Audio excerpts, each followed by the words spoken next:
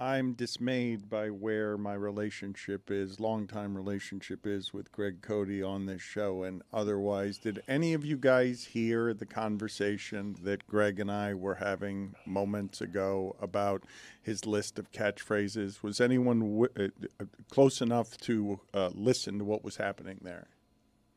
I listened, and it made me feel really uncomfortable.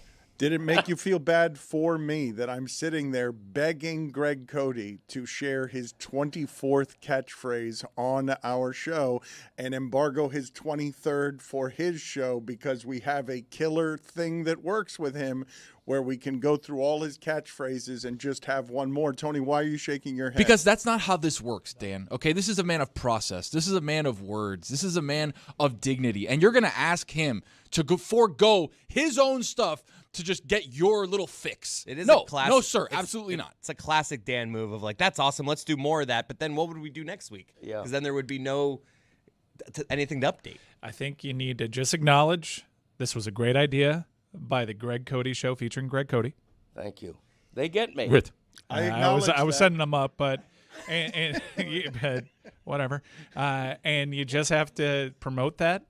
Get the rundown when we get it and not force it onto your show because straight up, Dan, you want to steal this. Yeah. You're trying to steal it for our show, and I get it. It's good. It's good. But you can't jump ahead of the podcast that invented it. You got to wait for that to play out.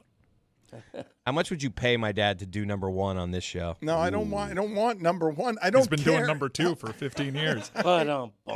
I acknowledged yesterday that I was wrong about how great a bit that was, and I called him after the show yesterday to laugh about the fact that he has successfully executed what is going to be a months-long joke. But the conversation, if you'd heard me begging him for number 24 just so that I could make him read quickly the other 26 beforehand, what you would have heard is him say, but I don't know what number 24 is yet. Like right. Part of the whole thing is that it's well, that's the argument. The argument wasn't that he wanted it for his own show. It was that, no, this needs to be spontaneous. And I'm like, you really don't know what the last 24 are, do you? I don't recall a top whatever type of list that is spontaneity. Usually thought goes into these things. Well, that's the beauty of it, though. And Tony used the word process. He gets it. He understands. And you asking me to provide number 24 right now, it's like asking Julia Child to take a souffle out of the oven before it's done. You don't do that. You just don't do it. I don't think people appreciated enough yesterday that Greg Cody, after summoning Casey at the bat as the most famous baseball thing ever written in 1888, he then went to the original prank show and had the perfect show host name, Alan Funt, to rhyme with punt. Yes, Funt. You don't have a lot of options throughout history that will allow you to find, other than Helen Hunt, something that rhymes with punt. Funt. There aren't many. Funt is. I already forgot yesterday's. What were yesterday's?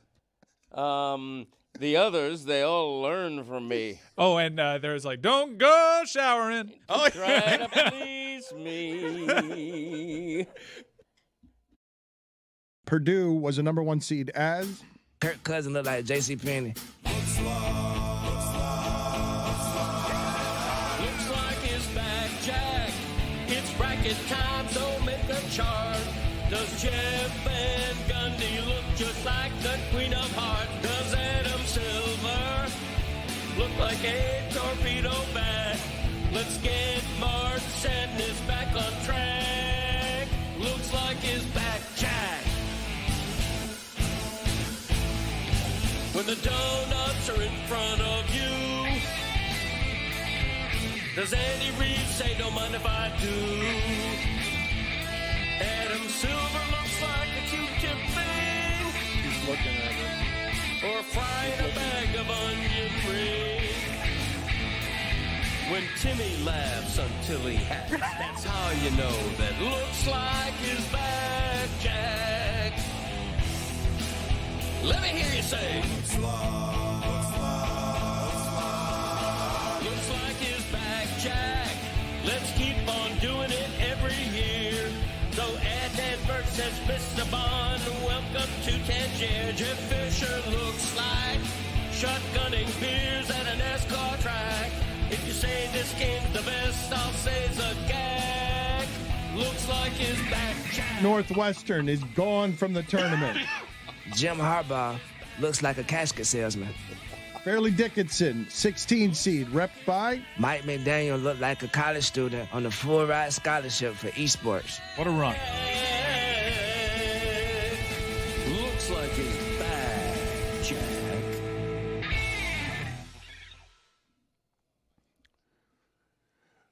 Chris, if not for defending champion, MLS champion Inter Miami, perhaps for the World Cup, soccer is back, Jack. Soccer is back, Jack, because we have to get ramped up for soccer here. The world is coming to town and coming to the United States, and it's going to be a giant event. And we have the defending MLS champions here.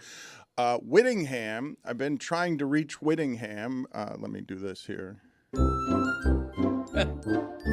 Chris Whittingham is a fancy lad. My wife has been calling him Weddingham because he's engaged. How many of us are going to end up going to that wedding? Because I don't believe a group of us have been to a wedding in a really long time. So I would assume that this wedding would get a contingency from here. Dude, this is so classic, Dan. I mean, Two-season situation. He thinks everyone's getting yeah, invited. Dan, you don't do that, dude. You don't do that. You don't reveal it. I know it's on like his IG or whatever, but you just let people like It's on Greg his Cody. IG. You have a shining monument right next to you. Well, not shining. You have a monument right next to you as to why you don't do the things that you did right now. It's like you're talking to a bunch of people right now in this other studio. Odds are, and I don't know, but odds are maybe not everybody's invited. You're gonna make some people feel like some type of I won't be way. invited, but that's cool. Blessings to him and his Now, family. did he text me asking me for my address? Yes. But that's fine. Maybe Once not you everyone go will on be so IG lucky. with this announcement, you can't be bringing that on me and complaining about me there. All right, then let's focus on the second part. Assuming everybody's invited to the wedding. Yeah. Now, I'm invited, but everyone else might not be. Yeah, as soon as you said that, I was thinking to myself, geez, I don't really assume I'm going to be invited. No, you to won't his be. wedding. Okay, thank you for that. What is the last wedding that the show went to as a group? Because it was mine. Yeah. I was the last one to have a group of people from here together in a place? Yeah, when I juggled for Dan Patrick. Hit him in the nuts with an hit him in orange. the nuts with an orange. It was pre-COVID. No matter what, it was pre-COVID. But to answer your question, it won't be this one because not everybody's invited, Dan. My dad and I holding court with Pat Riley. That was a good night. Yeah, big night. You don't think I'll be invited, huh? To Whittingham's Whitty's? wedding? No? This is awkward. It's a See close what call. you've done, Dan? I ran into him at a Mexican restaurant a few weeks ago, and we had a Boffo reunion. Like, we hugged. You mentioned how happy he was to see you. If he wasn't, he faked it. It's just a funny way to A Bofa when you reunion? tell someone else about seeing someone. That is fun. That is your dad. It wasn't I was so happy to Your see him. dad's narcissism is so profound that all of us would say it was nice to see someone else. The way he frames it is he was really happy to see me. I mean, he was. I don't lie. But you weren't? But usually you would Yeah. say, I'm really happy to see him. I was really happy to see him is the way anybody else in the world would say that. Well, I don't know about that. I mean, Greg, anybody in the world who just ran into Chris Whittingham and they reunited and both of them were happy, because I'm assuming both of you were happy. Yeah. The way that they would frame that is, I was so happy to see him, not he was so happy to see me. okay, he initiated the happiness. Uh-huh. Still- He leaned in for the hug. Yep. He initiated the reunion. I did a double take because he's with his family. I don't know his family. Who are these people he's Who with? are they? You know, I think mom and They're dad. invited to the wedding. Mom and A dad bunch of and his, people who were fiance invited to the wedding. were there. They were all going to the wedding. But he didn't ask for my address, so I assume I'm not going. Whitty, if you're listening, no hard feelings.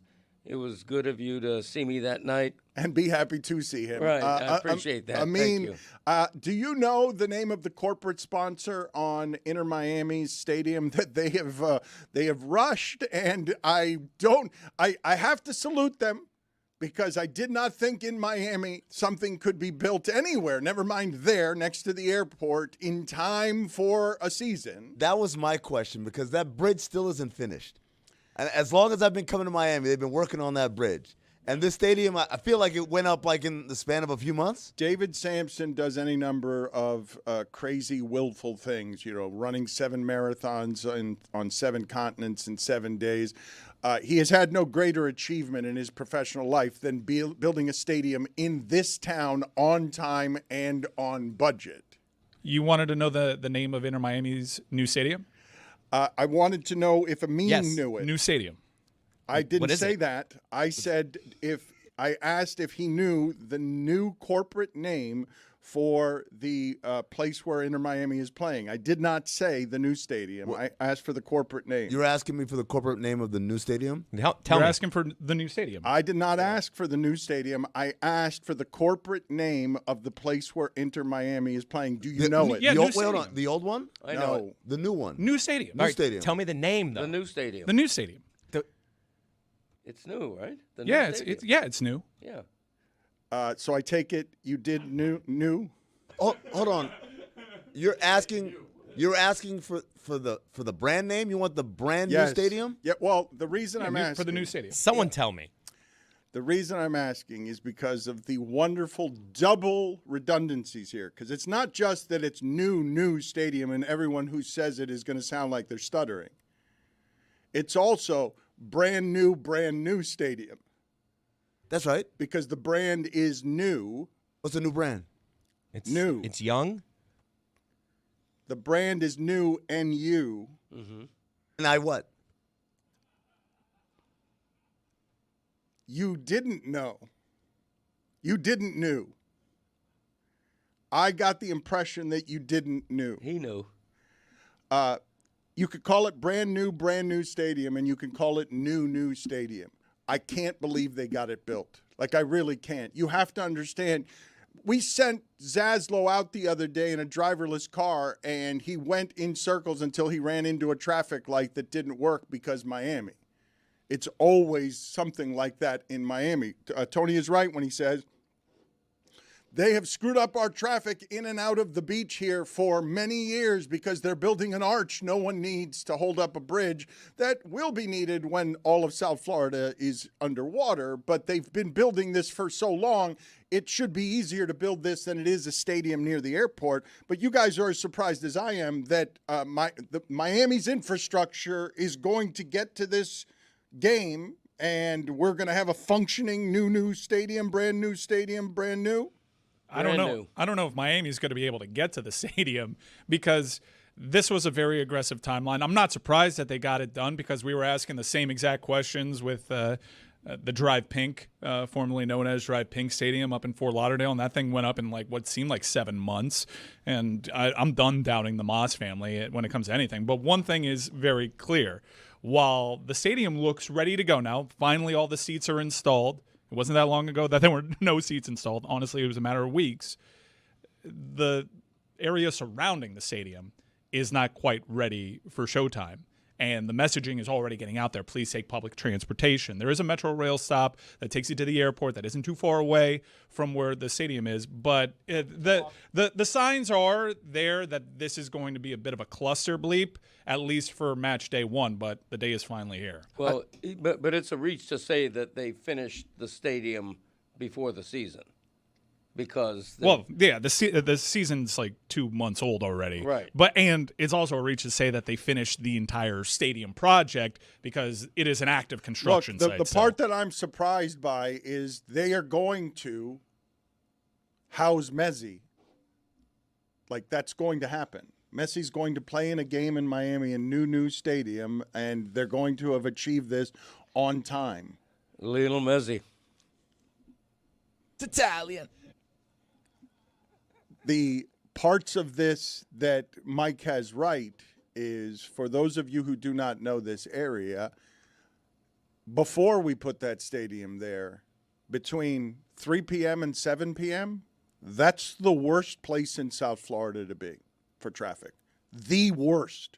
There is none worse than that. I'll give you some I-95 as a competitor, but around the airport, between 3 and 7, I don't go anywhere and have not gone anywhere for 2 years because I know I'm going to get caught in 2 hours of traffic. This is before you put a soccer cluster bleep doesn't begin to describe what's about to happen here. And while you can say you're done doubting the Moss family, unless they're bringing everyone in by helicopter, that's going to be a nightmare. No one's going to get to that stadium on time. Well, sure, it's going to be a nightmare logistically, but for the fact that them putting up an entire stadium in what felt like kind of like a blink of an eye, that just talks about their power in building and construction, which they have a massive construction company, which is where they made all their money. And we're talking about the Arch, which is, City of Miami, the Miami-Dade council, and like stuff that's going there that's probably not as fast and not as limber as the Moss family.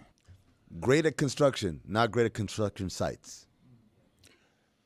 Am I saying anything that's incorrect here? And I know we've been talking for a while. Your customer stadium experience doesn't matter anymore. Like, most of these places don't care whether or not you show up to the game. Soccer, not yet there in America, but among our big sports, whether you go or not, they've got their TV dollars and the customer matters less. The people who are going to this game physically will not enjoy the getting there because it's Mike, you love this team. You know this is a special night. These are defending champions. You used to have season tickets until you got gouged out on price. Will you go? And if you were to get tickets, would the thing that kept you from going only be that it's going to take 3 hours for you to get there?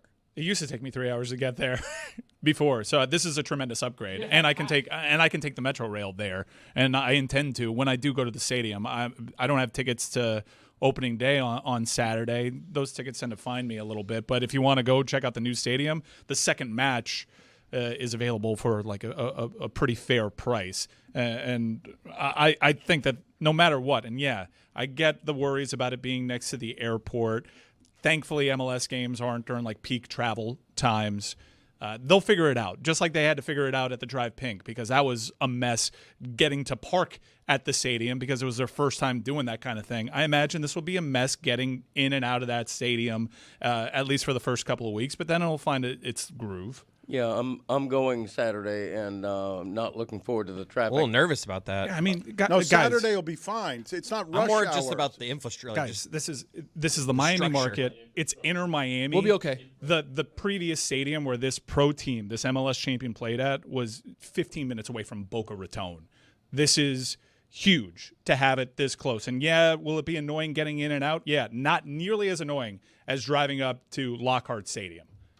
So, Dan, you said something that I got to push back on, that, the stadium experience doesn't matter. And I would say, no, it does matter, because that's the stuff you don't have to share, right? You share the revenues, obviously, on the national TV deals. You share the revenues on your local TV deals. That doesn't apply in MLS because it's all through Apple TV. And it should be noted that attendance is a huge part of the business plan in MLS. They don't have this big booming. We don't know all the particulars of their deal with Apple, but the business model is get people into the stadiums. That was one thing that MLS was really good at. While their TV reach wasn't anything to be impressed by, their stadium capacity, their ability to actually reach diehard soccer fans in this country was always superlative. But even in the major four sports, attendance is still a huge lifeline, right? One of the parts about the move to shorten an NBA schedule, the big obstacle is because owners don't want to give up those home dates.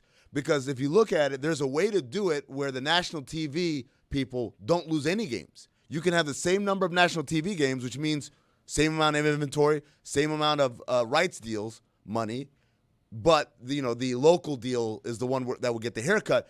That's not the part where people are saying no, or the owners would say no. They say no because, hey, that's concessions, that's parking, that's how many $1 million they generate every single home game. It's still a huge lifeline for all the major sports. I think you're using outdated information here. This is not my opinion, though I presented it as mine. I have heard Sampson and Skipper talk about what business people are doing with these streaming dollars on the Sporting Class, and they say that the customer is reduced here who goes to the stadium because of how much money is involved with the high end, that the ticket price on this stuff is not as valuable as the multiples they're getting because they've gotten all these new streams, because all of these owners, when you talk about daily attendance on these games, it pales compared to the 500 million each of these is going to get when you get one expansion team, where they get to share all the money of the $10 billion in expansion money. The dollars are so crazy with television that even your overinflated ticket prices are worth less than they've ever been in the mind of the people who are running these games. They're not worth as much as the streaming dollars of the TV rights deals, but they're still worth something. You're making it into an absolutism. Like, oh, because we have this money. I'm doing it because of the pandemic and how it is they were able to do sports without us in the stadiums. That's not how it's happening, right? Like you are conflating, hey, this isn't quite as big a deal as it once was, with it's nothing. I don't need it at all. And that's not the case. There's not. Dan, if you look across every single major sport, two things are true. Number one, average ticket prices are higher than they've ever been. Number two, the customer experience is way more extravagant than it's ever been. You can't tell me even 10 years ago the things that we see as common in all these stadiums across the country were common 10 years ago. It's not true. The existence of the TV rights money and whatever streaming money, whatever you want to call that, does not devalue the in-game experience. Otherwise, we would do what a G League team did about 20 years ago, which is, hey, we're going to have like 100 seats. We're going to sell the 100 seats for an extraordinary, luxurious experience at a high dollar amount, and we don't care about having an in-arena crowd experience. That's not happening in any of the sports. And so Samson and Skipper can say that because, yes, this thing is getting bigger, but it's like saying, hey, now that I have $500, I don't care about this $100 bill. Regardless, it doesn't apply to MLS because MLS is still a very young league that is very dependent on people going through those turnstiles. When you say we're not there, and you're right, I shouldn't be absolute about these things. It's not that the customer doesn't matter at all. It's that the customer matters a lot less. And while you're saying that they're improving the in-house experience, and Mike, you're also right, and I mentioned that in the preface to it when I said soccer is different than our four major sports. When Skipper talks about the Super Bowl being on pay-per-view, all of this stuff within the next 5 years, we're headed there, and you're feeling it now. The way that the customer gets reduced to, hey, you realize that we just need the television dollars and your eyes and your interest. We don't need you necessarily buying our hot dog anymore. We'll charge you the $50 for parking. We're going to keep making it so that your experience at home with sports is better than your experience at the stadium. I don't think it's too hard to connect these conversations. What Amin is trying to say is when you look up Super Bowl tickets, they're $20,000. Uh-huh.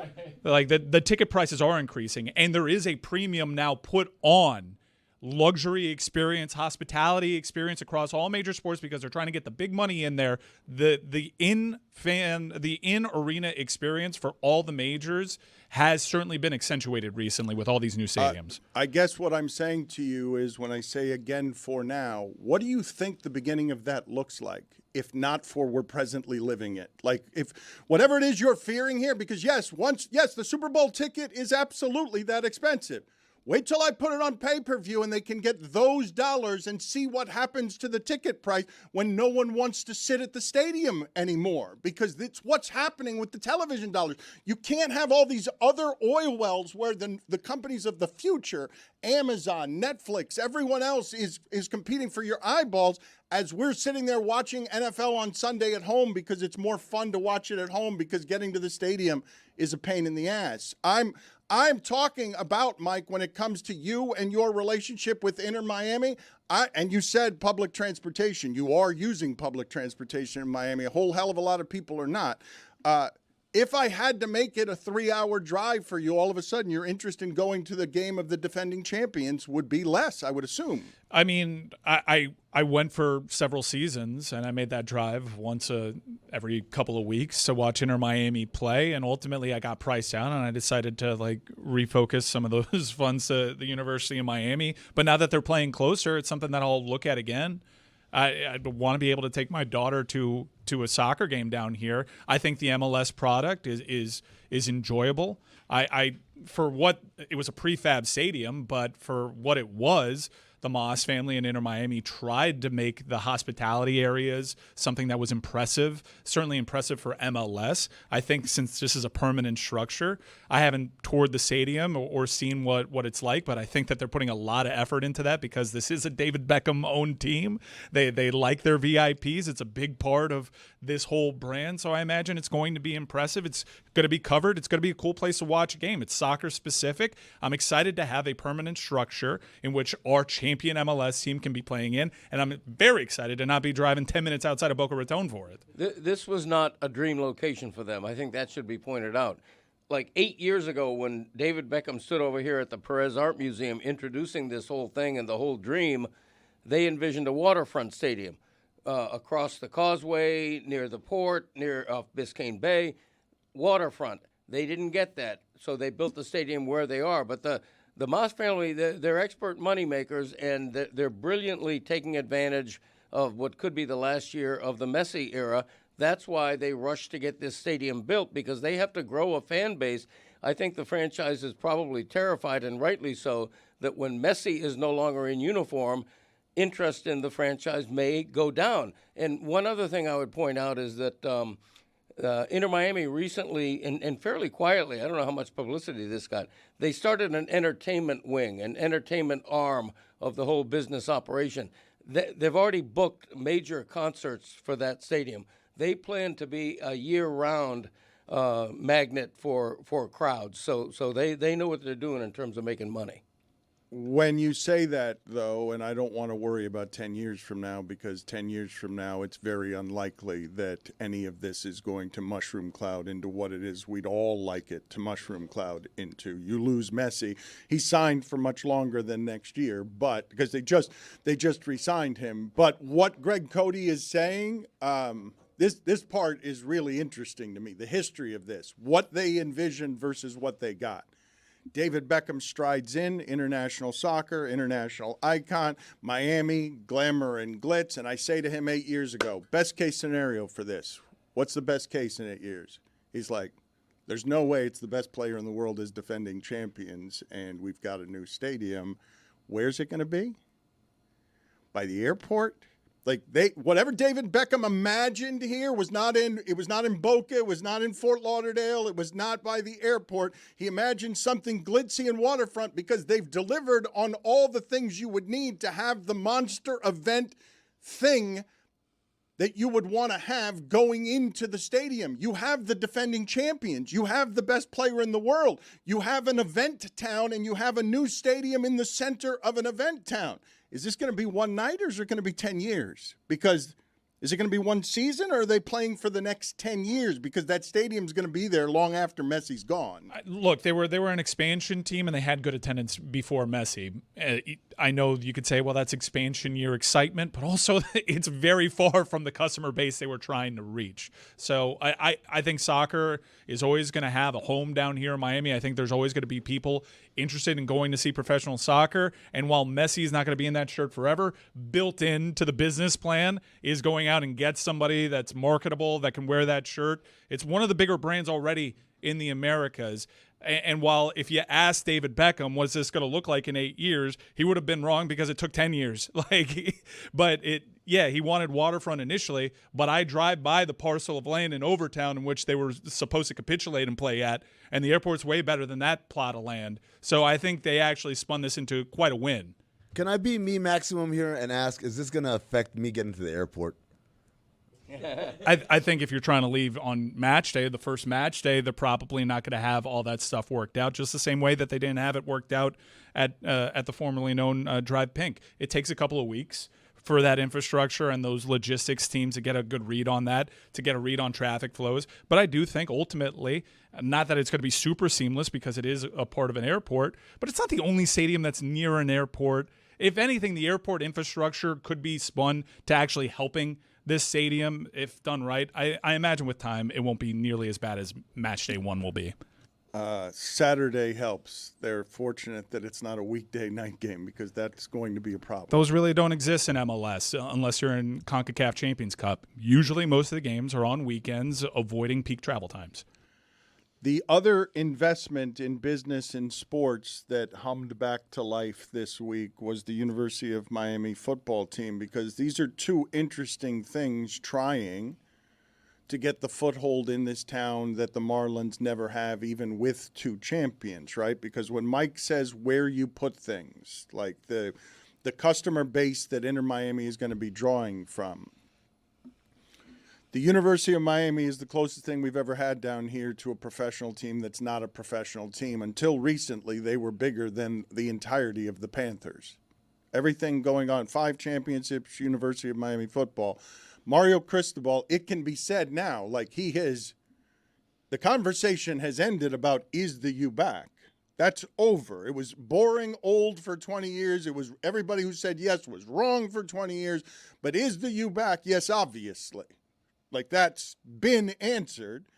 And now, is Mike Ryan, is Greg Cody, are you Mensa members? Like, because they have now a quarterback that, to me, when I watched him play, is in the mold of the things you look for in Carson Beck and Cam Ward. Wait, I'm dropping someone in right now who's like very close to being a professional, and I'm letting him run my professional team the way that a quarterback has to run a professional team when he's a veteran, when he's poised, when he's somebody who's played big games, even if they're at Duke. This is what did you see at spring practice? I saw the guy that I saw on film who's really good at rolling out and throwing a pro throw to the sidelines very accurately. And that's what I wanted to see in person. That's what I saw. I think he'll have the best offensive line and the best wide receiver room he's ever had. I mean, they took Duke's leading receiver and they added him to this room. And last year we were really worried about the receivers, and that depth got tested, especially when Daniels went down. The receiver room is really impressive here. Mensah's exactly who I thought he would be. Jackson Cantwell is a freak. Now, I don't think that the offensive line is going to be the same or as good as last year's, but it's still going to be the best that Mensah's ever had. And I think the coolest part is seeing the community take to Malachi Toney. Malachi Toney and Cam Ward, he was the number 1 pick, but he came in from Wazoo. He didn't have this fanfare. This is the biggest star that I've seen at Green Tree in my adult life. The way that kids look at Malachi Toney, the way that high school recruits that are maybe 2 years younger look at Malachi Toney, like, there's something there. He's tapped into something with this community because if you're familiar with his story, this guy's been a local football legend for like 8 years. People have been talking and whispering about baby Jesus and sharing highlights of baby Jesus. He's a prodigal son, right? And he believed in this process the way that Jeremiah Smith didn't. And to see people whip out their phones and shush people when Malachi Toney has this presence around them, that's a type of energy that I haven't seen at Green Tree in a very long time. Yeah, they may have to pay to keep him, I'm imagining. But Mario Cristobal is... Yep, they already did. They yes. did. Can confirm reports. Malaki, he's a great recruiter, obviously, and he's owned the portal with 3 excellent quarterbacks in a row. He owns the portal. But everybody forgets, in 2017, I think it was, Mark Richt had the number 2 ranked team in the country. No, they were number 1. So my point is, the U is back, unquestionably, but now it's about sustainability. Now it's about not having the 3-loss season. That wasn't this, okay? They were number 2, and if they'd beaten Pitt, they would have been number 1, and they lost against Pitt. But we all knew that Stephen Morris and all of that was bandages and nonsense. That's not what we're talking about now. Right. 4 first-round picks. 4 first-round picks, first of all. Yeah, that's debatable. It'll probably be 3. Okay, but still, when's the last time they had a couple of those on the same team, never mind the same pass rush? The thing about the formula, to me, that is impenetrable is They're now dropping seasoned quarterbacks who want to play into the professional cauldron of, do you want to get better? It's better for you here than it was at Duke. Duke's actually won the conference and we actually haven't. Doesn't matter. We're the place where the first-round picks go. We're the place that's going to get you to the pros. We're the place that the quarterbacks want to be. You want to know why? Because we got a number 1 pick in Cam Ward. Yeah. Because Carson Beck has just flown up the draft here when we watched him play big games for 4 years, the last of them at Miami. They just got a quarterback that they know is good, even though we don't know how much the surrounding talent around him was good at Duke. We know now when Malachi Toney is your number 1 receiver, but you get to go and steal the guy who's got chemistry to make him your number 2? Like the guy he's got chemistry with, he played with all of last year. You're just dropping him into a receiver's room that didn't really have a number 2 last year? Everything you say is undeniable and nobody's arguing about it. My point is, right now they're dealing with expectations moving forward that they haven't dealt with for a quarter of a century. They have to win now. The expectation is torqued up. The pressure is torqued up. They're the betting favorite to win the conference ahead of SMU. So now the expectation is win the ACC. It's going to get easier now, though, Greg, because the hard part's done. Greg, what do you mean? Greg, what do you mean? The hard part is done. It's getting the first-round picks to choose your school. Once you prove you can do that, everyone wants to get to the money. Like that, the problem that they had for 20 years is the first-round picks weren't either being developed here or found before they were first-round picks. Now it's not refutable. One of your chief concerns, if I tell you last year's team, national runner-up, great season, they lose. I think it's going to be 4 first-round picks. Keontae Scott's pro day was outrageous, and I know people that are at the coaches' meetings right now, and he's certainly a buzz-about name. You lose 4 first-round picks. Naturally, the worry is, how are we going to replace these guys? That's not my worry. When I go to practice, we got the guys to replace these guys. The problem is going to be replacing that mentality because those 4 first-round picks were absolute psychos. Mario Cristobal would not agree with you that the hard part is done. The hard part is living up to expectations, sustaining expectations, winning a national championship. They're on the precipice. They haven't done it yet. Greg. You can't assume. You're both right. You can't assume that the arc is You're both right. Mario Cristobal will say this is a unique challenge, and trust me, he's talked to other coaches across sports how to deal with this. And look, we got 40 of these guys weren't on that team. They have this expectation. But respectfully, the hard part was digging this program out of where it's been for the last 20 years. And you say no doubt, but you just argued with it. Like that, you are really underestimating. Okay. Mario Cristobal comes in for 4 years, $90 million, and everybody says, what are they doing? What are they doing? They're making a $90 million down payment on, nope, we're going to play in this every year. Like you're going to know that we're going to compete for this every year. Why? Because the pros play here now. Like that is, you say, what's the hard part?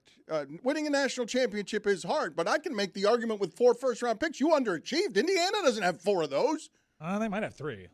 People like to do this thing with Indiana. Yes, not as talented as Miami. Plenty of talent. Okay, but Miami had a bunch of first-round picks one year and got beat by Ohio State, who didn't have a bunch of first-round picks but had like 14 players drafted. Not a bunch of first-round picks, but had a bunch of pros on the field. Indiana's older. My point is that you just played against the team that had the best college resume in the history of the sport for the national championship.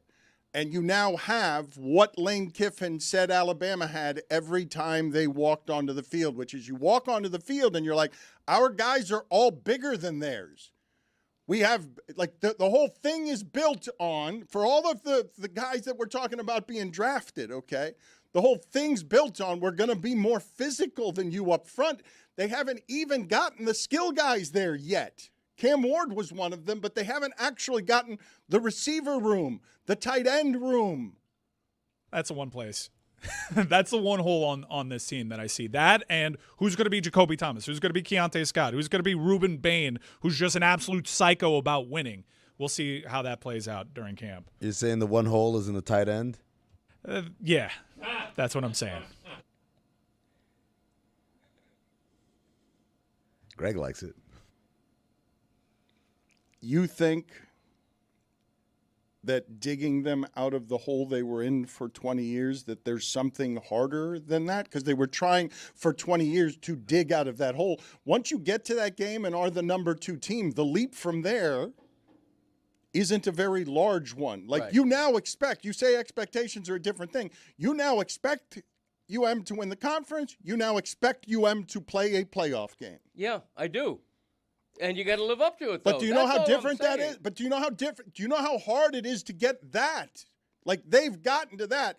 And Mike was at spring practice, and Mike can be lightheaded about these things because he said Carson Beck looked better than Cam Ward last spring. But what did you see? Did you see an appreciable difference in what it is you're watching now versus what it is you were watching 3 years ago? Yeah, over 3 years ago. Like, I've been to practices at Green Tree since the Mark Richt era, and I've been lightheaded, and I've not known the way that it's supposed to look. And now, borrowing off my past experience, I think I've been pretty level-headed and also pretty right about the University of Miami. It looks a certain way, the same way that it did last year. There's not a talent drop-off. If anything, the talent across the board has gotten better. You hear me? It's gotten better despite losing 4 first-round picks. I would say, you know, the biggest challenge for this program isn't even having success in the CFP anymore. It's winning the conference, something that they haven't done. They've only gotten to Charlotte once. I've told this story before, but it's interesting to see Mike have the perspective from the other side, where you're watching what UM has been for 20 years close up on the field, and you're like, I don't think that looks how it needs to look. And then you see what the pros look like, and you're like, oh, okay, that's what I missed. My first time in a locker room, the guy I'm talking to is Jerome Brown. The first guy I'm talking to who's a fellow student is a human being who's not a student. And that's my introduction to what this is supposed to physically look like. It's taken 20 years for Mike to see the players on the field that now look like professionals. Right. Yeah, especially on both lines. You're entirely right about that. They're bigger and... This is a new and unimproved Dan Le Batard Show with the Stugotz. Gamble on by DraftKings.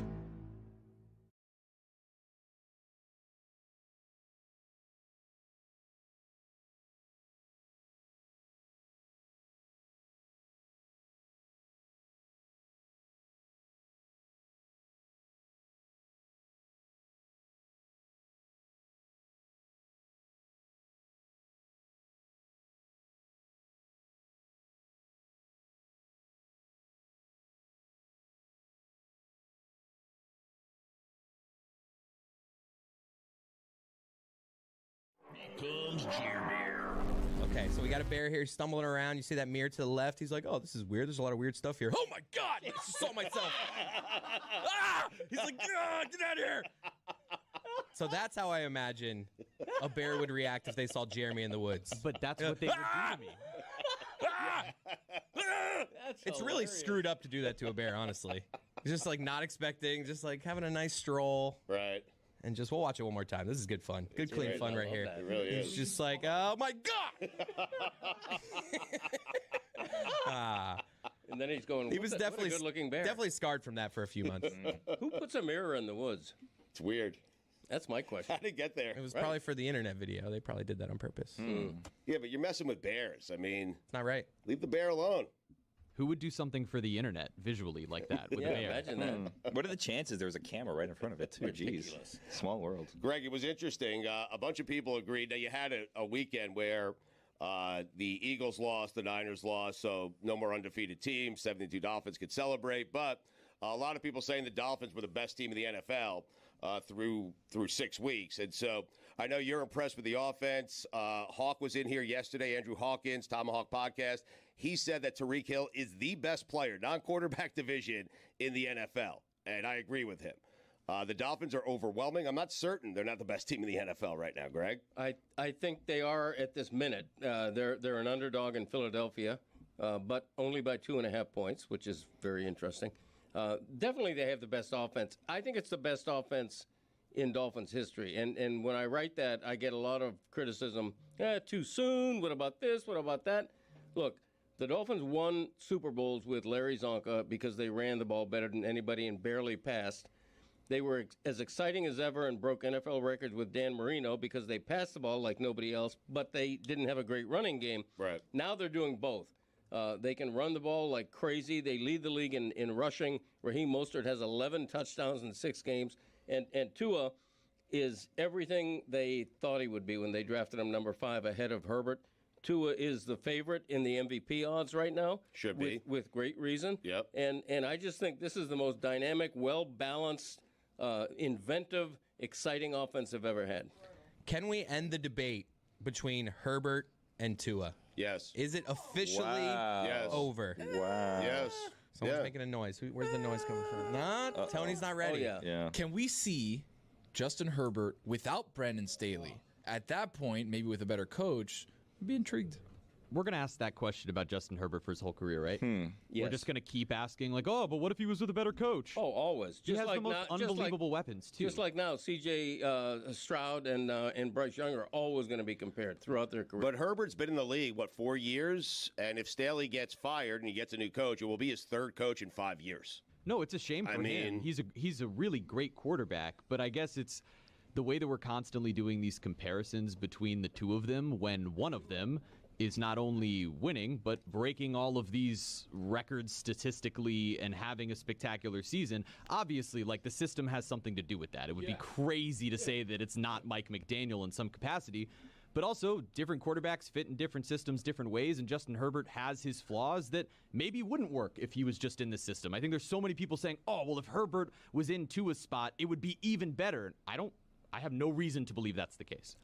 I have something that's probably not popular, especially down here in Miami. Oh, boy.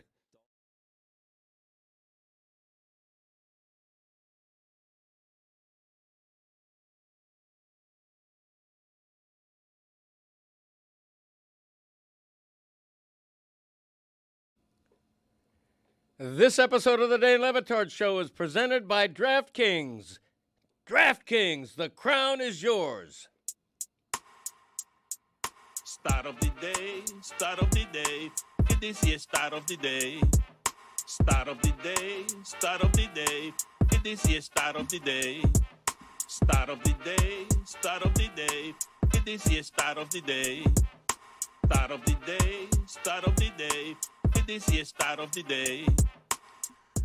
Luka Doncic had more points in the month of March for the Lakers than Anthony Davis had his entire time with the Mavericks. Nah. One more time? At first, I thought you were going to say with the Lakers. I would be like, that would have been crazy. No. But if it's feeling that way. But one more time? Only 10 players have ever scored 600 points in a month. Luka went for 40 again last night, and so he had more points in the month of March, more than 400, than Anthony Davis had in the entire time he was with the Mavericks. Now you see the vision. Weird. So basically, what you got back for Luka Doncic didn't score as much as Luka Doncic just scored in a month for the Lakers. What you got back for him, it's why it'll go down as, the worst trade in the history of the sport. That said, though, and I knew Luka was good. I think we all knew Luka was good, but this?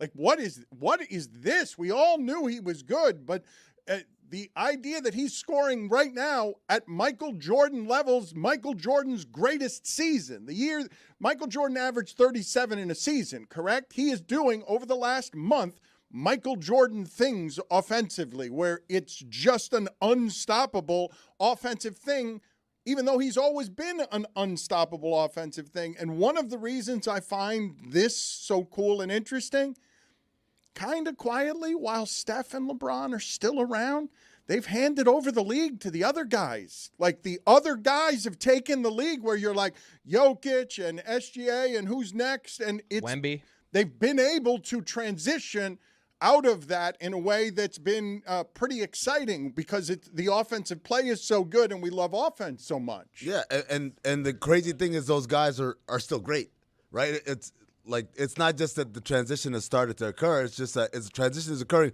without them having the drop off of like, oh, I'm just the seventh guy on this bench trying to get my 10 points a night or whatever. So that's the really cool part. But yeah, Jokic. Doncic. Maybe I'm desensitized. There's no part of this that's shocking to me, and not even the Anthony Davis part, because again, That's what made it a bad deal. It wasn't a bad deal because in retrospect, wow, it really didn't work out for the Mavericks. It was a bad deal on the day it was done because we knew your concerns, Nico Harrison, were with the durability of your young superstar. So why would you go out and get an old superstar who also has durability issues? We're in the midst of the most unpredictable run in the history of NBA basketball when it comes to champions and title contenders. It's been, for some, maybe too wide open. That's really good now with these players coming online and developing to the point that they are. Because as Dan mentioned, you have some of the old guard, Harden's with the Cavs, Durant's going to be in the equation with the Rockets, LeBron's still there, but you have these young new faces. I wouldn't necessarily count Jokic there. He's a multiple-time MVP and he's won an NBA championship. But you have these faces of these franchises that are all really good teams, and all the sport needs really at this moment in time is an exceptional playoff. I think we're going to get it too, because these series, the way that it's mapping out, looks like they're going to be hotly contested. That is going to be so huge for the sport at this point in time. Yeah, look, the playoffs are going to be great. You look at the Eastern Conference, the difference between, 3 and 6 is a game and a half, 2 games, whatever. You look at the Western Conference, between 4 and 7 is the same situation. So we're going to get hotly contested playoffs right from the first round. And I think what we have better than great players is we got 2 guys who have personalities, Victor Wembanyama and Anthony Edwards. I think that's when we talk about handing over the reins, Dan, you need a personality to carry it because it can't just be cold, quiet, calculated efficiency. Tim Duncan couldn't handle those reins, not because he wasn't good enough as a player. He was an amazing player, but just he didn't have the personality. Oh, but you don't need all of them to have personality. You need 7-10 guys who are great that we're going to have an interest in to go up against the guys with the personality. Larry Bird had quiet personality, but he wasn't. We can go back throughout the history of time here. The fact that we've got 9 guys that are competing for best in the league, and the fact that they are one-upping each other while trying to win the MVP trophy, that Luka is playing the best basketball you've ever seen, him shooting 40% from 3 during the stretch when everybody's trying to stop him and doing it for that franchise. I want to ask you for your expertise on something, though. The Lakers stink at defense. They do. They've been better recently because opponents are shooting 32% from 3, but it's not because they're guarding them any better. It's weird. People are shooting poorly against them, and furthermore, where they have gotten better, and this has helped their defense, they're turning the ball over a lot less. And so the numbers going the other way on fast breaks against old guys are not – that has not been happening over 3 weeks. I have said for a while that team can't win the championship playing defense that way. I still think so. I think it's a bad stretch of shooting. But can they fix that? Because if they can fix that, and you've got Luka, you've got the things you need to win a championship against an OKC or anybody else. I just think they're bad at defense and are going to be bad at defense in the playoffs. Now, when you say can they fix that, is this an April Fool's thing that we're doing here? Because if so, hold on. I have my friend here who'd like to chime in. Blah, it's me, Fibula, and yes, of course they can fix it. I love this day. Now you're going to tell me who Fibula is on the front end to telegraph your joke as you announce who you're impersonating, the lying vampire. Does April Fool's Day have the same kind of juice that it has for you in the past? Because I think every day is. Right. Yeah. I've been approaching the internet as if everything's been fake for close to a year now. So April Fool's Day, you got to work harder than that.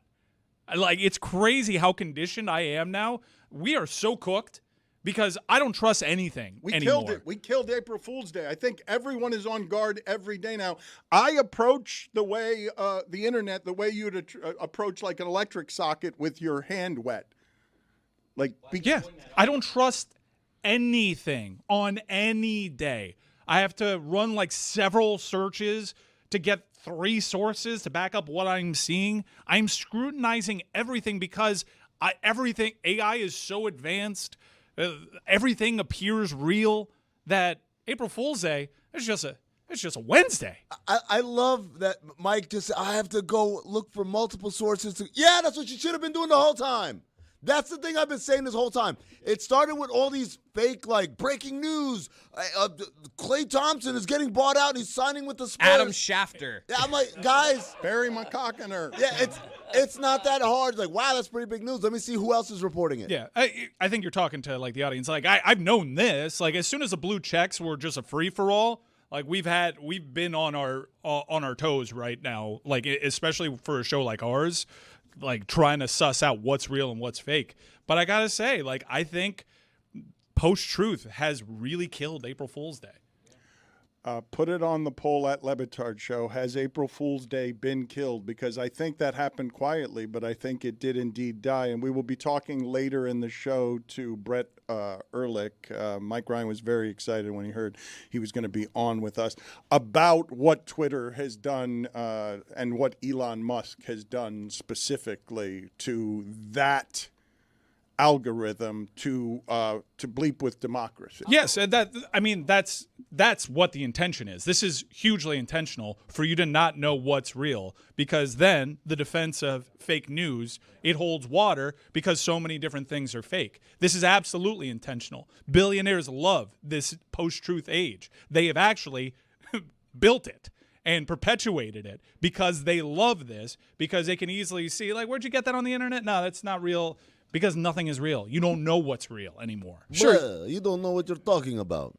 Sure, that's all cool, but have you guys seen the merging between American and Japanese Twitter over the weekend? Did you guys see that? Nobody? No. Nobody saw that? Okay, so they started putting on people's timelines Japanese tweets from people in Japan in Japanese, and then they would translate them to see what they were saying. And dude, they love us, and we love them. What? It's been the biggest, like, what was it, Predator, where they had the handshake? Dylan, yeah. Okay, I know what you're saying. Yeah, that's been the biggest thing for the Japanese and American relation in the longest time. I have a couple tweets that I want to put up that were translated onto my timeline. Can we put up the pizza tweet first? So it's a pizza tweet. Somebody puts up a piece of pizza that has little tiny pizzas as toppings of the pizza. What? Yeah. So you've never seen that before?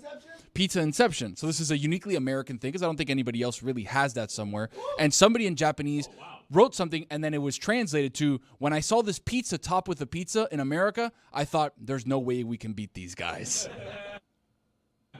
They have a bunch of great stuff like this. Put up the honky tonk love. Japan loves honky tonk culture, Dan. Did you know that? They love grilling meats. They love barbecuing with the boys. Look at this. I'm going to put this up on the screen here. Just a bunch of guys just hanging around, grilling a bunch of steaks. I use something that's kind of small to see. If I had to choose between American men and meat, I'd love to see this photo. I want to participate in this event in person someday. Somebody in Japan seeing a barbecue saying, you know what? I want to be a part of this. Is it possible that, Tony, you're getting April Fooled right now? No, this is 100%. You're saying the internet is bringing us together between Japan and America. Correct. Just mere weeks after our president insulted you guys the are worried about the entirety wrong of the stuff. country, Yeah, you guys are worried about the wrong stuff. By saying no one wanted are, a surprise before Pearl Harbor. You're right. Yeah. Again, you guys are worried about the wrong stuff. I'm talking about pizza on pizza, and somebody saying they can't beat us because we have pizza on pizza. They don't have charcoal in Japan? Of course they do. They do beautiful charcoal, beautiful barbecue in Japan. So why are they astonished by the idea of people grilling steaks? Because just the community. The community of honky tonk, the community of Southern culture in America, they're fascinated by it over there because they don't really have that. Okay. Thank you for that sound, because I want to talk about what's real and what's not real, because I had an argument with your dad, Chris, during the break where I said to your father, do you realize how loud your stomach is? And he's like, my stomach's not making any sound. And I'm like, Greg, you're having nothing but coffee for 16 hours. You haven't eaten since 4 o'clock yesterday. You're drinking 2 thermoses of coffee. Yeah, a little bacon as well. That sound is your stomach, and it's gurgling. And Greg said to me, straight face, he's like, I didn't hear anything. My stomach's not making any sound. And I'd just like to put this on the poll at Le Batard Show. When your stomach has growled, do you always know it? Because Greg is so used to his stomach being in turbulence that he's not hearing explosive sounds made by his stomach. Look, Greg, we're not making this up, okay? Because I cued your son. Explosive sounds. Greg, listen to this. This is not altered in any way. Yeah, right. Greg, that's a pig on a farm. Greg, I'm going to give you you have the context for it, Chris, or you just have that? That is I just have the isolate. I'll get the longer version. Greg, that's absolutely you, and I'm telling Greg. Fake news. Speaking of fake news. You tell him, Greg. I have it as a frog. Really? It sounds like a pig. It's a snort. That's a snorting sound. Quit that. Quit doing that. Fibula is so limited. You tell him, Greg. You're the you can do it guy in Waterboy as a lying vampire. It's such a limited impersonation. You mean to tell me that you don't feel a rumble at all? No. Wow. Rumble. I think he has lived wrestling? in this kind of discomfort for so long that he is almost completely numb to it. Do you guys remember when former UFC champion Daniel Cormier was on with us and his alarm, the alarm on his fire alarm kept beeping because the battery was dead? And The smoke detector. The smoke detector. Thank you. Alarm of the fire alarm. Thank Yes, you. The soundtrack to many recruiting interviews. When we're trying to talk to Daniel Cormier, we said to him, hey, you got to get that battery fixed. And his response was to you guys can hear that too? Because I've been hearing that for months. Where is that sound coming from? He doesn't hear his own stomach make these sounds because he's been living with these sounds for so long that he's numb to them. No, nobody hears their own stomach. Greg, your stomach is making these kinds of sounds. If you don't hear it, you should at the very least feel it. That kind of sound has to come with a physical feeling that's running through your stomach. No, I like when I have dancing swords, I feel that in a lower region. What of number's the that? stomach. It may make the list. Ooh, You're not a sure little yet. tea. There you go, Dan. You wanted one. We'll see. Souffles in the oven. What number's that? That's callback right No, there. he's right. He's right about that. Thank you. I wanted to get to, and I'm too late in getting to it, a news that was, I would say, fairly unusual yesterday, even though all of us could have seen it coming. It has been a really long time since Tiger Woods was a meaningful, competitive golfer.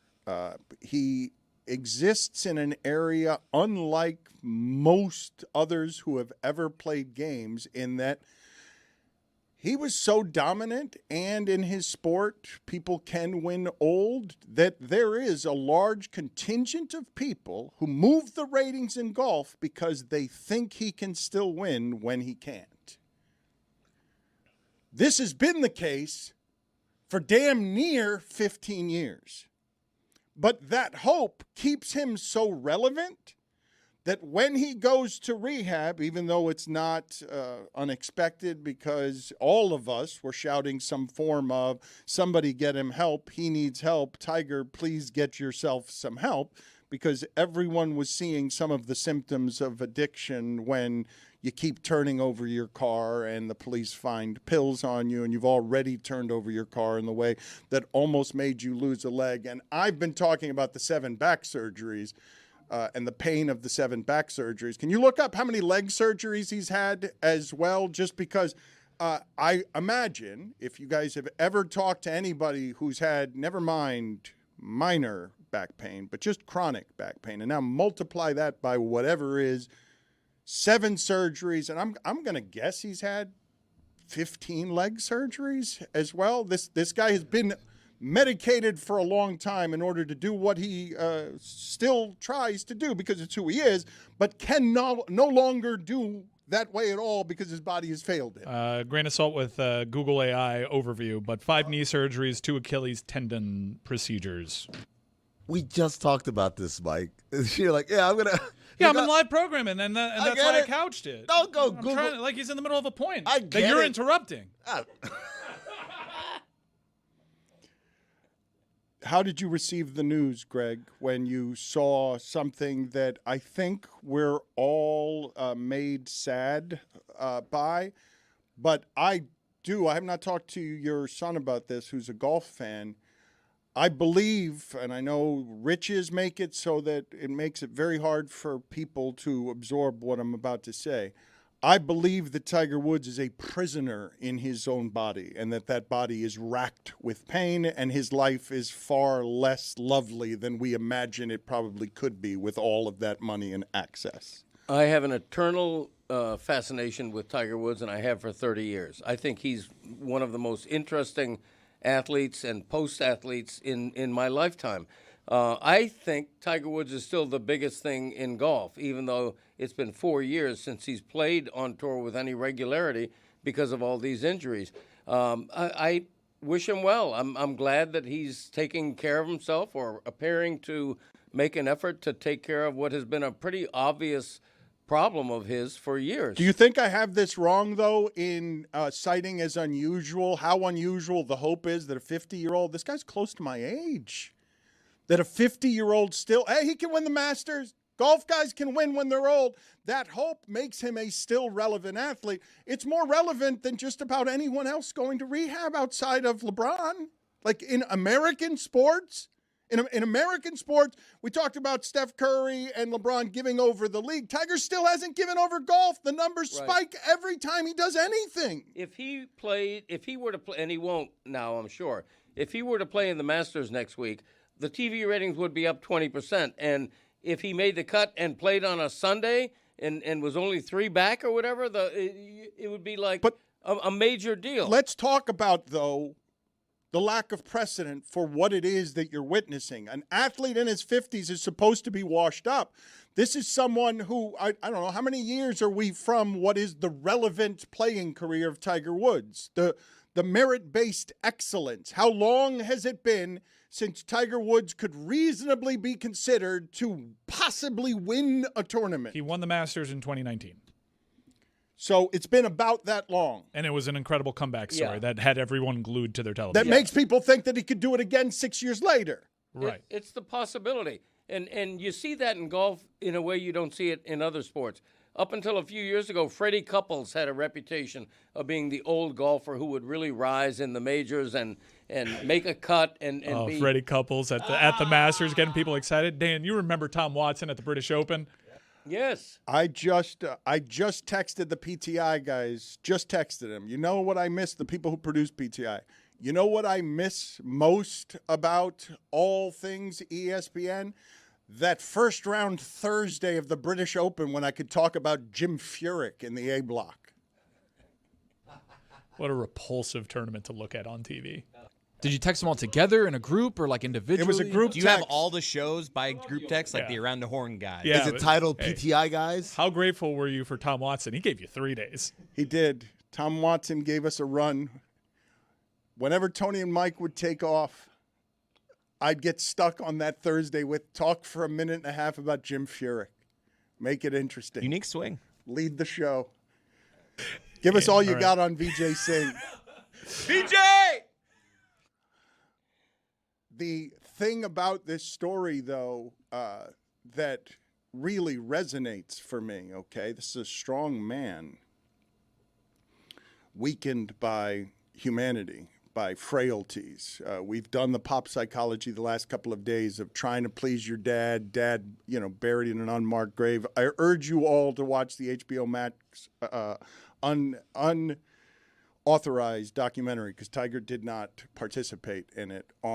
It's 2 parts, and it's pretty exhaustive and well reported. Much like Tom Brady had 2 Hall of Fame careers, Tiger Woods has had 2 careers. He's got everything before the public adultery and then everything afterward and how it is that we absorb him. And it's 2 generations of information, 2 of them totally different. One is prodigy excellence. His dad did such a good job. Look at the robot he made. He's on Merv Griffin as a child. He was programmed for this. This was going to be, he made all his dad's dreams come true. He must be so happy. Then the next 20 years for an entire generation of, oh, that used to be Tiger Woods. He's got his demons. Those are all things that we haven't quite seen of our Michael Jordans and our Tom Brady's before, where the temptations grab you and they range from sex addiction to loneliness to drugs and now painkillers because what you do physically hurts. And the torque of swinging that way with a bad back means that every single morning you wake up and where the hell are the meds? What do I need to do? Not to feel high, not to feel low. What do I need to do? It's not, I can't even get to the highs anymore. What do I need to do to not feel low? And you're the greatest champion we've known. Like, think about what that is to age. However, remember I told you guys the story of, this was, God almighty, 25 years ago. I told you guys the story of feeling sad for Michael Jordan while in China because I'm like, you used to be the symbol for all the globe on what youth is, and I'm seeing you struggle up the stairs of the Berlin Wall. That must be tougher to age like him. I'm sorry, the Great Wall. Yeah. My bad. They knocked it down. Although I wouldn't put anything past MJ. That's right. Thank you. Dan, I don't think you should apologize. Aging when you've been that great at something. I love that you're trying to have an aging conversation when he makes the Great Wall of China with the Berlin Wall. Right. It's a bad mistake. I realized that as soon as I did it. The Berlin Wall, it'd be strange if that was in China. It would. Be a trade walls. The thing that I find Speaking to the mic. interesting about everything happening with him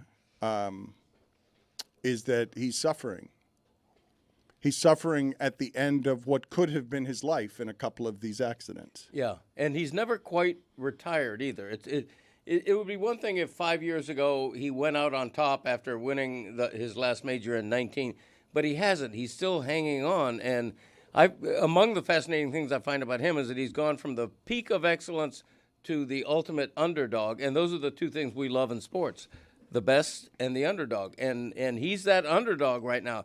If he played the Masters next week, nobody in his right mind thinks he's going to win, but the possibility is still there of him in a red shirt on a Sunday, and that's enough. I root for him. I am a homer when it comes to Tiger Woods. I wish him nothing but the best. I hope he has one more major in him, if not to win it, at least to be in it. This part is interesting, though, the way this stuff changes, because I think that Patino was somebody who had a lot of people rooting for him in this last tournament. It is an unusual thing. That's my boy. It is an unusual thing for us to bury someone when they betray us with what their public image is, and then at the end sometimes come around just like human beings on forgiveness and being someone who roots for Tiger Woods. Because I just remember the specifics so much of when he cheated on his wife, he lost so many of you with what it was that felt like betrayal. Like you thought you knew that guy, and he did something that even though you know men can't be trusted, he did something that made you feel betrayed on what his public image was, because you were force-fed for 20 years by Nike and everyone else, by his dad and everyone else. This is the prodigy. He's going to save the country club. This guy is perfect. He's a robot of golf. And now he's the face of fallibility. The guy in police mugshots. It's just such a spiral his image has taken that you root for him. I do anyway. You know, he's wildly imperfect, and that makes him interesting to me. It's interesting how few golf fans I can think of that have, like, turned on Tiger. They all seem to kind of have that take. At the time, though, Chris, like now, sure. At the time, man, it was a massive scandal, and especially as we found out the details, it's not just, oh, he cheated on his wife. It's like, this guy was banging waitresses from Shoney's, man. Like, that was the part where everyone was like, whoa. Perkins. Yeah. Probably Shoney's too. It's easy to confuse the two. But, yeah, in the middle of that PR storm, it was bad. He got out of it. Why? Because he has an adoring public. Beloved. Yes. He's beloved. Fortunately for him and others, he hasn't hurt anybody, which was the easy stance to take on this, which is you're going to get somebody else hurt. All right? You're dealing with your demons. Don't take somebody down with you. He hasn't done that. He's only hurting himself right now and his family, and he can dig himself out of it, and he's got the support of everyone, including the media. Everybody likes Tiger. Hell, the media needs Tiger. The sport needs Tiger still at this age. He's in a good spot to get right. What an unusual, interesting thing, though, to remember the specifics of this press conference that he did in front of a blue screen in Orlando. The reason I remember it is because there was so much howling around him because we had seen some threads of his private life come out in public, and he was a womanizing hound. The braying betrayal of howling at him made it so in front of that blue screen in Orlando, after hearing people be like, give us an apology, explain yourself, what the hell is this? He's holding his mom in front of us, and I'm like, why did anyone want this? We wanted this, we wanted this, we called for this, we wanted this, and now we're watching it. Ooh, we didn't want this. This doesn't feel good. From that point, whatever the frailty and the fallibility is in it, he gets to go in the most unusual way from conquering hero to fallible human being to the support of everyone being like, we're rooting for you, Tiger. And it helps him not at all at the core of the physical pain. Never mind the emotional pain. The physical pain of he gets up every morning and where are my pills? I need more than I've ever needed because I've had so many surgeries because my body, and I'm still out here trying to be the guy I was because I need to please my adoring public. I need to be the guy my dad thought I was. Like, I need to keep being out here competing because without competing, who am I? I'm just a guy popping pills. I gave my entire body over to all of this, and now I can't stop taking the pills. Yeah, when you carry 2 pills with you on the road, that's a definite indication. I wonder about his mental health. I do. I wonder if he's had therapy. I know he, early on, when the only person he owed an apology to was his wife, he claimed a sex addiction. I wonder if he has had work on his mental health. I know he says now he's going into therapy for presumably the pill addiction, but maybe he needs something beyond that. I guess when I ask you for your support or whatever it is on seeing the human parts of what Tiger Woods is as an immortal, the mortal parts of the immortal, it's just this. Imagine every morning you get up in the morning and your back is just killing you, that you can't move around and function because you need another surgery. You need an 8th surgery because they cut you open and they can't fix it. Like you say his mental health, I'm talking about his physical health because people who are in this kind of pain do harm themselves. They think about harming themselves because that ends the pain. Yeah, but we assume right now that he's in constant pain. How could you not, though, is what I'm saying. How could you not? If he doesn't, if the culture of sports is and the culture of men is, don't tell anybody about how you hurt. Right. Just hide that. Don't tell the public. You're part of a marketing machine. You are many economies over. Don't go out there and tell anybody you got a pill problem. Don't go out there and tell anybody how broken you are physically because that's weakness. There's nothing about anything that rewards him being vulnerable in public. Nothing. But I'm just not assuming he's in constant pain. I would just as soon assume that maybe he's over-medicating himself. Maybe he's taking pills for pain that isn't really there. I have no idea. I think he gains a lot by being vulnerable in public. Like I said, everybody's rooting for him. So that'll just make people hold their heart and go even more. But he hasn't been. No, he could buy more by being vulnerable, but very clearly this is a dude that values his privacy. This was the last stop, right? Like he didn't have any more get out of jail free cards without using the, hey, I'm going to go seek help. He's never said I'm going to go seek help for any sort of pain pill or DUI or anything like that. Like this is the first time we've seen it. He's been embarrassed in public before, okay? And I don't know what the pressures and hardships, because he's never revealed them. He does not talk about this stuff. I don't know. He was burned in the first interview he ever gave. He was in the back of a limo with Charles Pierce.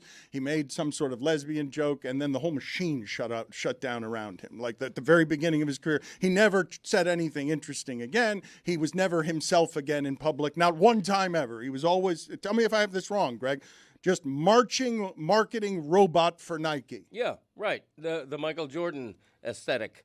where he's not going to say anything particularly interesting or anything to damn himself. But yes, of course, what you guys are saying is part of the rehab tour. If what he cares about is the optics and the business of being Tiger Woods, because it's a giant business. If that's what he cares about on how this looks, yes, of course, he sits down and talks about all of this. But we've never seen it in his career. Like, the fact that this guy has been in public for 30 years and the dirt is what you know because you don't really know anything else about him. You know the upbringing, you know the story. The darkness was revealed to you by accident. He didn't ever want any of that seen, still doesn't. Goes to rehab now to avoid the embarrassment of it because there must be great shame in all of this. Right. You know how we say all the time there's no shame in needing help? No, wrong. He's only seeking it now because there's shame in needing help. But yet, overriding all of that, what we do know about Tiger Woods is the excellence that is virtually unparalleled. And beyond that, in a way that Jack Nicklaus never did, he revolutionized golf. He opened the doors to people of color to be interested in golf. And I think that's a generational thing. That lasts. That's his legacy to me. Isn't just the 15 majors, it's that he revolutionized golf. Dan, I've got the solution for Tiger Woods, right? So we've been talking for 3 days now. Tiger, just get a driver. And he's like, no, I don't want a driver, my privacy and all that stuff. And we've been fighting, like, how do we figure it out? I got the solution. Waymo. Get Tiger Woods a Waymo. Now he don't have to worry about drivers and privacy or anything like that. And he's not behind the wheel. Your solution is to put Tiger in a car that is literally surrounded by cameras. I must admit, I did not think this through. He should build his own Waymo. That's like, this is mine. Your solution. That's an idea, man, right there, folks. Your solution. How much just for this one? I want it forever. A Waymo with no cameras. Even Mo. So you're telling Tiger Woods the solution for get a driver is get a car that doesn't have a driver. That's right. Don't know why I showed up. Hold on. It's very limited. Fibula is a very limited impersonation, and I'm here for him being here the rest of the week. I want to get to a story that I've not been able to get to because I miss Angel Hernandez. I know you all like to complain about the officiating and umpiring, but we have in CB Buckner somebody who is angling for being the greatest of all time at being the worst of all time at umpiring. The things going on with CB Buckner right now make him so that he is the rare baseball umpire that makes his way out of the sport into now I just associate him with incompetence. Yes. An umpire that a name I now just associate like Angel Hernandez with. This guy's going to get it wrong in ways that are publicly embarrassing. This guy is just my hero. It's now, you have to tune in whenever CB Buckner. He's behind the dish tonight. Last week, he made news for missing multiple calls, having a bunch of challenges go against him, the crowd cheering like anytime he got it wrong. And last night, he was at first base, so a little appetizer before today when he's behind the dish. And he just flat out, a runner running to first base, clearly touches the bag. And then Buckner, and they end up tagging him, and Buckner's like, he never touched first. So he's out. Well, you can see the evidence here. I want to get to the audio, but please put it on the poll at Le Batard Show. Douche or no douche, saying behind the dish. Oh, yeah. Yes, it's douche, and I love doing it. I know you love doing it, and every time you do it, it's monumental douche. I can't disagree with that. Buckner is the baseball's most notorious Buckner since Bill. He's right about that. Thank you. He had that lined up. Like, he got in there. He jostled in there and got in there with a joke. Really? Yeah. There wasn't a great on-ramp for that joke. I probably should have held it a little bit. Yeah, but you're not good at holding jokes. No, I'm not. I want to just get to the audio, please, of the announcers. Just don't understand. We just showed you the video of clearly the runner has touched first base. And the Brewers broadcasters just let CB have it. So the call from CB Buckner is that Jake Bauers missed first base. And I think that is the horrendous call. Where is CB Buckner looking? He's not even looking at it. Why would he even say that? CB Buckner was not even looking at the play. He stepped right on top of first base. I'm not sure what CB Buckner's looking at there. That's ridiculous. Well, I'm really excited for him to have the plate tomorrow. He's safe. Call's overturned. Milwaukee retains their that's just a waste of time reviewing that. At least review is available so you can get it right. Yeah, no kidding. Everybody laughing at that call. It doesn't make any sense, though. Like he's clearly looking away. In the photo we have where he's clearly on the bag, you see Buckner just looking in an opposite direction. Yeah, like the umpire at Grayson's game last week that I argued about. Yes. Same thing. If I'm there, I'm yelling at that umpire. That's part of the beauty of sports, by the way. We love the imperfection. We covered this on the Greg Cody show. My dad, I was mad at him because he was 10 feet away screaming at a coach pitch umpire. That's part of the charm of baseball. Is No, it's not. Not when all the other parents are looking. All the other parents are looking at me like, who's this old guy that hasn't shown up for anything else, yelling at the umpire? The umpire yeller, old yeller. But.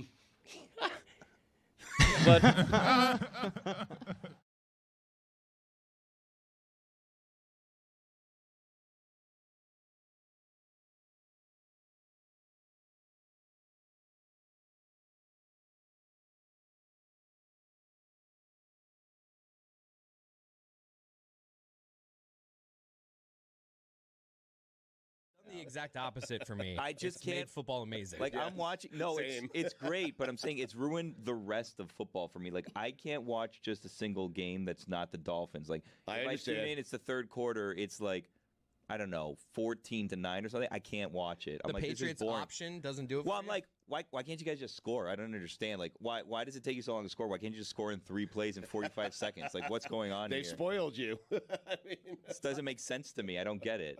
Is that what Iowa's like? I can't imagine watching Iowa football. No, we don't score that much. That's crazy. Why Billy, not? they won a game 15-6 over the weekend. But why don't you just try having everyone go in motion You and guys should score throwing the more. ball? Yeah, why don't you just score more? Just get all the fast players in Get the those country. tight ends running early. Yeah, why can't you just do that? I don't get it. There have been so many seasons in the past, so many Dolphin seasons in the past, where if they're behind 14-0 in the first quarter, right, the crowd is leaving. Everybody's giving up. The game is over. The game is over. Tua was Correct. laughing on the Yes. sideline after they scored the second touchdown, and I'm like, whoa. Right. Because I thought they were going to come back, but I'm like, I don't know. That's supreme confidence. He You was know what? smiling after the second touchdown on the sideline. When they were behind 14-0, they were still, you know how the odds update now? Christopher pointed this out to me. I didn't know it. When they're down 14-0, they're still a minus 200 favorite to win the game. There was no doubt. And it wasn't just because Carolina sucks, which it does. Right. It's because the Dolphins' offense is, until somebody proves otherwise, almost unstoppable. And like 5 years ago, we were watching Jay Cutler throw passes to Devontae Parker. Right. Like that was supposed to be the height of excitement of the Dolphins offense since Dan Marino. Yeah, amazing. And now it's this. So this is the best offense. That's saying a lot considering Marino, Clayton, Duper, and that offense. And here's some Shakespeare as All right. done by the Dan Le Batard Show with Stugotz. We've stolen the exclamation point officially from Get Up. It's put after the word show. So this is Act 1, Scene 2 of Macbeth. The stage instructions are: a camp near Fours. Alarm within. Enter Duncan, Malcolm, Donalbain, Lennox with attendants, meeting a bleeding sergeant. I don't even know what that means. Jessica, you will play the role. All right, so wait, can we set the scene? Thank you, Mike. Can we set the scene, Mike, from high school? Can you give Chris Cody his motivation on, because he didn't even understand what Whittingham. Am I happy? Like what? Am I like, Sergeant is distressed? bleeding. Okay. In what You're distressed. condition does the distressed? Okay, very good. Good confidence there. Let's have the music that yep. we need, Shakespearean music, and let's see if we can find our note here.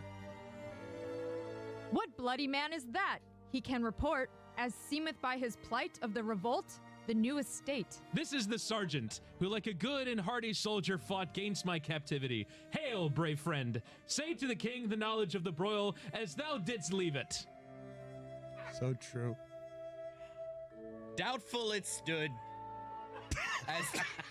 as two spent swimmers that do cling together and choke their art. The merciless MacDonald, worthy to be a rebel, for to that. The multiplying villainies of nature do swarm upon him from the western isles. Of kerns and Gallowes glasses is supplied, and fortune of his damned quarrel smiling. Showed like a rebel's whore, showed like a rebel's whore, but all's too weak for brave Macbeth. Well, he deserves that name. disdaining fortune with his brandished steel, which smoked a blood with bloody execution. What? Yes. Like Valuor's minion carved out his passage till he faced the slave. I feel your distress. I really do. Which ne'er shook hands nor bade farewell to him till he uniseamed him from the navity, nave, Don't let them deter you. to the chaps, and fixed his head upon our battlements. O valiant cousin, worthy gentleman. Ah, as whence the sun gins his reflection. Missed your cue. Shipwrecking storms and direful thunders break. So from that spring whence comfort seemed to come. Wait a minute. There wasn't a question mark there. Discomfort swells. Mark, King of Scotland, Mark, no sooner justice had with valor armed. Oh, you think you're done? Humbled these Compelled. These skipping kerns to trust their heels. Not compelled. We need compelling. But the Norwegian lord surveying vantage. Which is it? Furbished arms. Vintage or vantage? And new supplies of men. All right, we've begin a fresh assault. We've tested his endurance. Not this. Our captains, Macbeth and Banquo? And scene.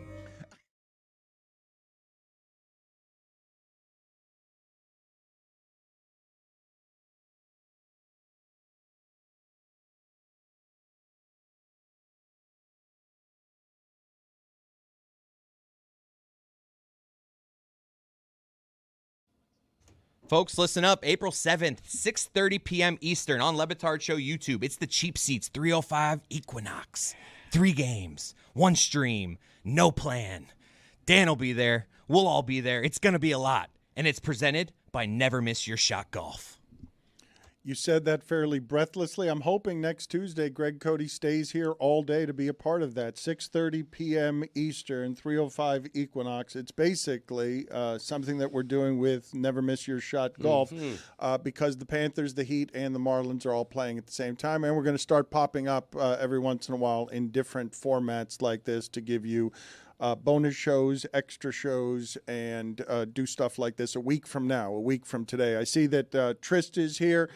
Juju has had an emergency. We will talk to him later this week. But you can watch Trist on the Alley Oop on DLS Hoops on Tuesday and the Le Batard YouTube channel on Fridays, as well as Good Follow on Thursdays on the Good Follow YouTube channel. Not a week from today. Just want to clean that up. April 7th is a Tuesday. So Tuesday, we will be doing the Sports Equinox. You know what? My bad. I saw Greg Cody, and I thought it was Tuesday, and I forgot that it was Wednesday. So thank you for that correction. I've got a number of things to get to with Trista, but I wanted to ask her and Amin both if they were interested in the last place where good sports documentaries are being made. Untold has Lamar Adam and Trailblazers, and I didn't know whether you guys were interested in either of those stories, one more than the other. Whoa, Jailblazers, baby! Come on! There's a lot of people who say that the Jailblazers were the worst period in Trailblazer history. I think for me in my childhood, it was the best. Dan, I would not classify Untold as the last place where great sports documentaries are getting made because most of these untold stories are glorified PR pieces for the people who are being covered by them. I always will go back to that Tim Donaghy one where it was just like, hey, we're just going to publish all of his lies as told by him and pretend that it's real. And so I've always since then looked at these untold stories with a massive grain of salt. Like, I don't know how much of this I can trust. It's just the subject telling us their side of the story. Well, Trista, that's a good correction by Amin. I should have said where the last of the good ideas are going, because everybody's been trying to make that Jailblazers documentary for about 15 years, and the only way they got it made probably is because they sanitized it. So, Trista, what were your thoughts on what Amin just said? Well, I think we'll know that the fix is in if we do not showcase the weed that they got caught for bringing in through the airport in a ball of tinfoil. That's like the peak Jailblazers, or when they got stopped going from Portland to Seattle, or maybe Seattle back to Portland, and they got pulled over. If those stories are not told, then truly the fix is in, because those are the things that were huge in the lore of the Jailblazers in the Portland community, and we kind of hold them near and dear to our hearts. Jaden Ivy's story, Jaden Ivy's mom being the Notre Dame women's basketball coach. What were the most interesting parts of the Jaden Ivy story to you? Well, the thing that's kind of crazy to me about it, and that we talk about, hey, we don't want to hold parents, we don't want to hold children accountable when their parents go crazy on the internet, like Flage's mom, right, was like, hey, it doesn't matter that South Carolina beat LSU. My daughter's still winning on the court. And we don't feel like Flage should be responsible for what her mom is saying. And I wanted to kind of get you guys' thoughts on whether we should hold or at least ask questions about those that are parents in the public eye when their children that are in the public eye say wild things. Because Nell Ivy is the women's head coach of the Notre Dame team, which is a Catholic university. Jaden Ivy clearly said some things about Catholicism, but Notre Dame in general has been had some circulation or some rumors around homophobia, where Olivia Miles, who I'm actually wearing her TCU jersey right now, transferred out of Notre Dame and did not go to the draft and went to TCU because of, I don't know if it was her issues around Hannah Hidalgo and some of the comments that Hannah Hidalgo made, where she reposted a Candace Owens post about men and women are the only ways that you could have a marriage. But now I'm questioning Nell Ivy, is how does she feel about some of these things? And nobody's asking really Nell Ivy what she thinks. And now Jaden Ivy says that his wife is not returning his text messages and his family has betrayed him. So I think it's just interesting when you talk about a kid in the public eye when their parent is a coach of a university as well. All right, we talked about this some yesterday, but can I talk about it more plainly now? Do you guys feel like sports is equipped in any of these instances to actually just deal with an episode when families aren't equipped, mental health professionals aren't equipped? No, but when you're having something, when you're having a situation where a guy is melting down in public and throwing away his career as his family tries to intervene, but no one can talk sense to him. That's like classic diagnosis of mental health episode if we were able to do this just watching it on television. Not just sports. I think very few places in American life are equipped for this, unless you just so happen to be around a mental health specialist. It's a very difficult thing, and it's not a broken arm, you know? It's happening between the ears. It's a very difficult thing to understand, and we're sorely lacking in that. You can't rescue this person. Go ahead. Go ahead. How do you rescue this person? I was just going to say, like, you can have mental health issues and still hold bigoted ideas. And like, you can still have hateful things and beliefs that you hold. And it's a matter of how you package them and how you frame them and whether you want to vocalize them over and over and over again. I think it's clear that Jaden Ivey's having some sort of manic episode because he can't get off of Instagram Live. It really feels a lot like Antonio Brown to me when he just continues to do that CT ESPN thing.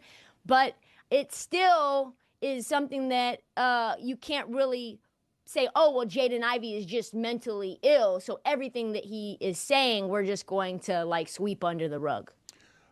The thing about this, though, Trista, that I keep coming back to because I lived it with my brother, I don't know that I articulated this well enough to people yesterday when I say that my brother became someone that I did not recognize. The height of a manic episode is everyone telling you you're crazy and you looking back and saying, no, I'm the only one who's right. Everyone else is crazy. And that's how you lose everyone. The manic bulletproof episode, never mind the bigoted ideas, just where you lose everybody is, no, the world's priorities are wrong and mine are correct. I'm being wronged here by a bunch of people who have this all wrong. That's what the episode is. Well, Trista, this is also complicated because, there's a culture war going on, and he's dishing out takes, and many people are making him a victim or applying their own political prism to it. I mean, this happens in basketball. Kyle Singler had this going on. Kyle Singler was a better pro than Ivy ever was. And he wasn't playing anymore in part because of these episodes. Ivy, to an extent, is being given more grace, and he probably should because he finds himself with unlikely allies right now, Trista. Yeah, I think that's true, but I think at the end of the day, what you guys didn't discuss isn't just the fact that he was displaying anti-gay ideals and like that the right wing wants to jump on that, but you can't mess with the money, right? And at the end of the day, the league and the program is bigger than any one player. And you guys said, oh, if he was a better player, I think he'd get away with this. I don't think if you're somebody that's even on the level of Steph Curry or Damian Lillard, if you just keep pestering your teammates and keep preaching and keep asking media, have you been saved, and going on rants and raves on Instagram Live, the comp is Antonio Brown. Like that, he was the best receiver in the league and out the league very, very quickly once he started those manic episodes and started becoming so unpredictable that it was bad for the Shield, bad for the money, and like nobody is good enough to be bad for the money. To me, part of this whole story is how wide open is your personal life if you're a public figure, as relates to Jaden Ivy's mom. Trista, if you're covering a Notre Dame game and in the post-game interview, are you entitled to ask Jaden Ivy's mom about what he's saying and that situation, or do you consider that to be off limits? That's such a good question, and I almost feel like I should be asking you that because I was never trained as a journalist. I think my skill has been that I'm a blurter, and I ask very inappropriate things, and my mind goes to a place where it's past the limits of probable journalistic professionalism. I asked AZ Fudd about something I saw in her open duffel bag, and she's like, oh, not you just looking in my bag and asking me about the book inside of there. And I think that's probably borderline. My instinct says it depends. If Notre Dame was in the Final Four right now, would I feel comfortable asking her about it? I'd be comfortable texting someone who was also in that locker room to ask her about it. I don't know if I would do it, but I do feel like we should at least get her thoughts, considering that Olivia Miles left the program. And a lot of the reason that people said that she left the program was because she's an out lesbian and she didn't feel comfortable being in the environment at Notre Dame for whatever reason. She goes to a Christian university that is apparently more inclusive and welcoming to her and her lifestyle. And Hannah Hidalgo has come out and said, well, I am not a homophobe. Like it was just a misunderstanding. If Nell Ivy's in that locker room, I kind of do want to know, or in that press conference, I kind of do want to know, like, where do you stand on this issue? Because your own son is so fervent in being anti-gay that, and this all has happened around your program. Like, I just kind of want to know, like, where are you at on it? Is that wrong though, Greg? Like, what do you think? No, as a journalist, I think they're both grown people, okay, and it's newsworthy for all of the reasons you say. And so I think in a post-game news conference, it's okay to tread very carefully in asking the mom, how are you dealing with why Jaden's in the news right now? Now, if you're dealing, I'm very curious how Charlie Woods is dealing with his dad's latest problem. I'm not sure if I would ask Charlie Woods that because he's still a teenager, I think. So some of it depends on age and the level of public. But what is the responsibility? Because we are talking about, look, sports is supposed to be a place where all this stuff gets sussed out in all the ways it gets sussed out. What is her responsibility as public voice and face of a team in a sport where they also have had a number of anti-feelings from the public because this is a disproportionately gay league? And so all of this stuff merging together, what is the responsibility of the journalist and the coach here? I think it's to ask the question. Now, the coach is very entitled to answer the question as a mom might and say, this is a family matter. Yeah, but that's not what she's asking about. Trista's not asking, how do you feel about your son melting down? That's not the question. Not how do you feel is not the question is, how do you feel about gays in your locker room? How do you feel? She's asking, how do you present this question in a way that's journalistically responsible, but also gentle because a mom is in the middle of a public thing that's really uncomfortable. And they're intertwined, though, those two things. They're intertwined.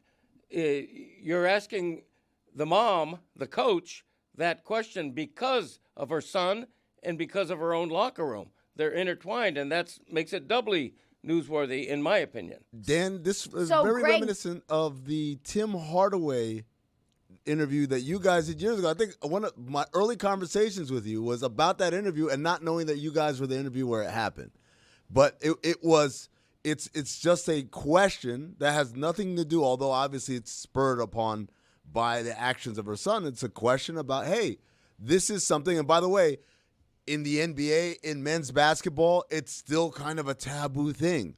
That's not the case in women's basketball. So I think it's totally within bounds, within reason to ask that question of her, not only because of what her son just went through, but also because of the situation with the player who transferred out. Trista?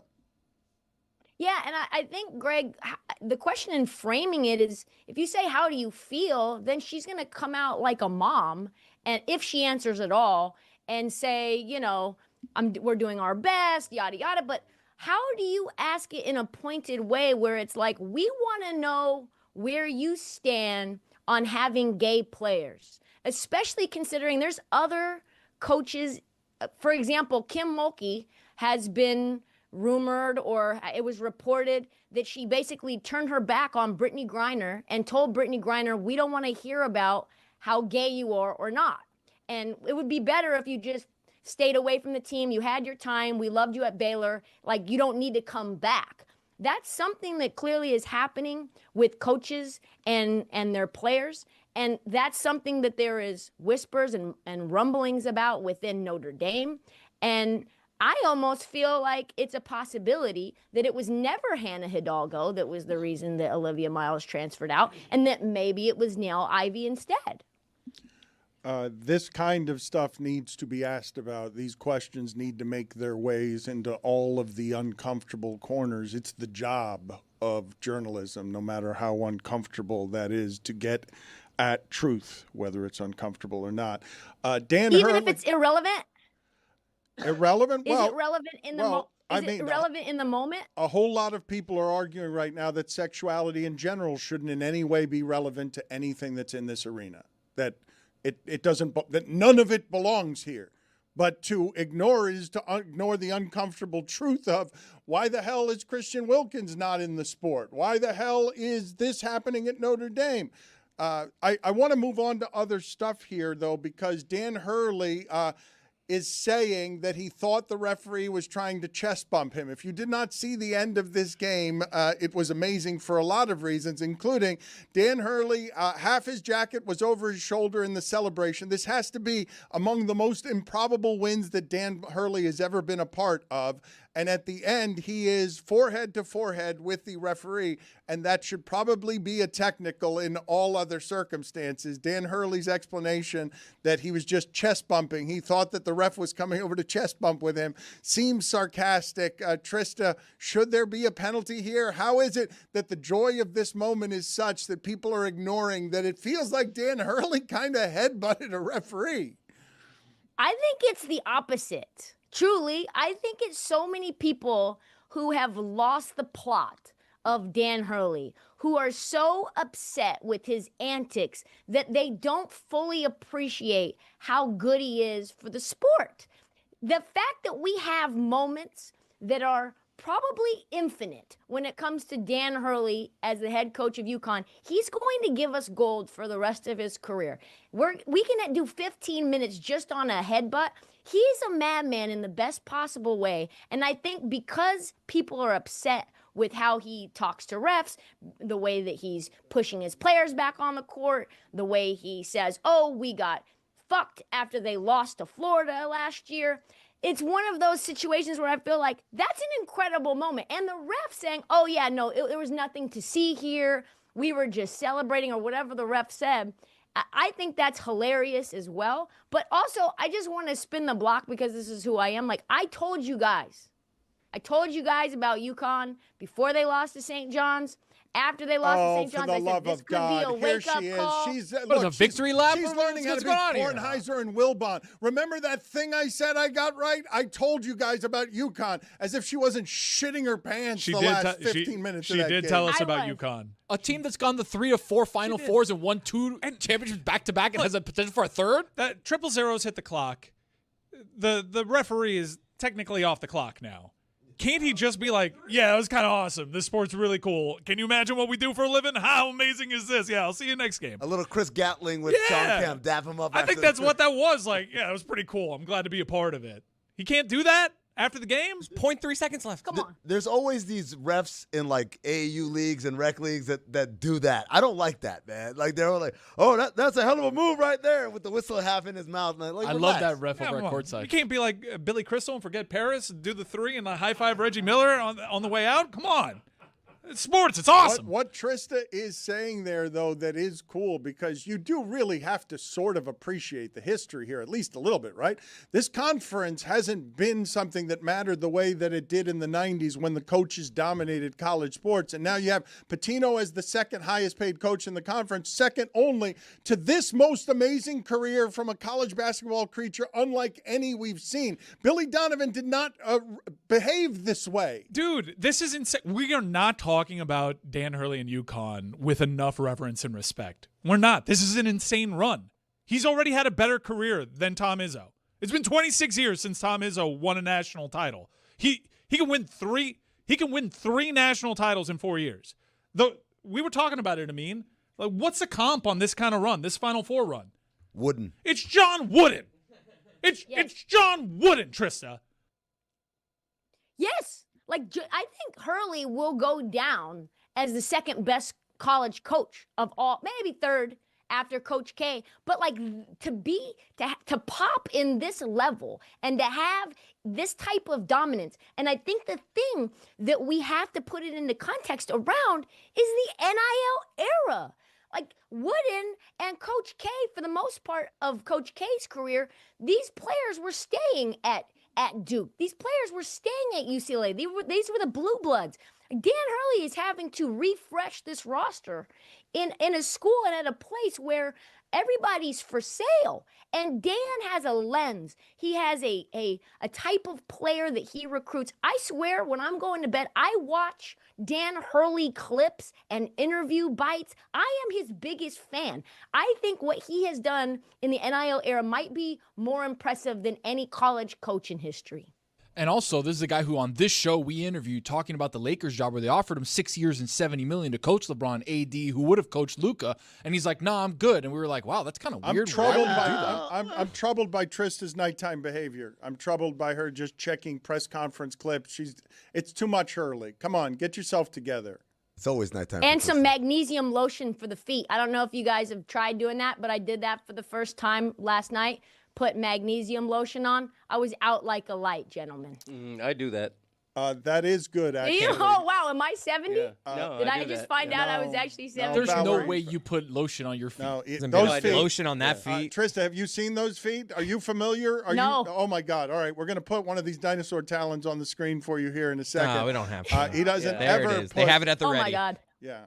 One of the photos they always It have at looks the ready. waterlogged. Yeah, former foot model. Look there, that's better. That's Nosferatu's foot. If I told you that right there like a was dinosaur. It doesn't go flat on the ground. Rex. That foot doesn't go flat on the ground. If I told you that is the foot of the demon angel that is Nosferatu. Dan, in Teen Wolf, the first thing that used to change was his nails, and it looked exactly like that. Wait a second. That foot doesn't go flat on It's the like ground? the beast. It's like the way the beast in Beauty and the Beast stands. Look, this picture is perfect for a number of different reasons. Most of all, that one. It's not just that's the talon of a giant bird of prey, a gargoyle of some sort. It's that foot is levitating because it cannot touch the ground. The weight of the nails, the yellow jaundice nails in the front, make it so that it cannot be flattened. And the beautiful thing about this is, Trista, do you have any reference point to what is next to that foot? No clue. Okay, so Absolutely no if we were to zoom out, he's frying a turkey yes. in front of his garage. Hot bubbling oil is the answer to Tony's question. What is near that bare foot? And the reason, just so that we're clear about this, the foot is not afraid of the burning oil. The burning oil is afraid of the foot. Be clear on this. It's an impenetrable skin. I was worried he was going to JPP his own foot and it would actually make the foot look better. But no, now that you say it, it makes more sense because that's the hoof of a devil. That is a good question by Trista. Put it on the poll at Le Batard Show. Would Greg Cody's foot look better if he only had 4 of the toes? Because it would. If I lopped off that big toe, I've made for a foot that is not only more hygienic, it is less of the devil's foot. Trista, I apologize for all of this. I'm sorry you had to see that. But my wife does do that, and magnesium will help you go to bed at night. That is something that is a universal truth. I did not know that it was something that was a universal truth on your feet, though, Trista. I didn't know that you guys were such hippies, Dan. That's such a hippie thing to do. Yes. I'm proud of you for evolving into the new age. I like to be able to sleep better. That is something that I crave. You don't have anybody beating Gino Auriemma in the women's tournament, right? And is this the best team he's ever had? Because he's had plenty of giant, overwhelming teams, but he hasn't had giant, overwhelming teams in a competitive era. He says no, and I think he would probably say, because he loves Paige Beckers like his own child, that the Paige season, that roster was better, because he just came out with some quotes, I think either yesterday or the day before, and he was like, we shouldn't be this good, which I think is kind of a whack thing to say when your team is still playing. But yeah, when you're 38-0, and you're coming off of a title, and again, putting it into the context of the NIL era, which I know is a bit different on the women's side, you could make it out to be the most dominant UConn team, but I think you have to still look at those Taurasi years. And those are the ones where they were really smacking everybody. But the sport wasn't as competitive, though. There weren't as many good teams. Right, but at the high end, look, you could argue we got 4 number 1 seeds and an historic point differential for the number 1 seeds to make it to the Final Four. I do think, Trissa, it harkens back to a time where there were like 3 top dogs. It always seemed to be Pat Summitt versus Gino. Yeah, I think you're right, and I think that's what is going to have to change in the sport as more and more good players come in. But listen, like Juju Watkins tore ACL. She was out all this year. I think she probably could have played in the tournament, but she doesn't want to lose a year of eligibility. They now have the number 1 overall player coming in to USC. So they have Jazzy, they've got Juju, and they've got Sanaya Hall coming in. So USC is coming, and I think that will add a little flavor to things. I think maybe what we saw from Notre Dame, where we get some transfers. But listen, like TCU was in that game against South Carolina. They just didn't have the depth. They didn't have the physicality. And when Marta Suarez went down with the tweaked knee, that was really when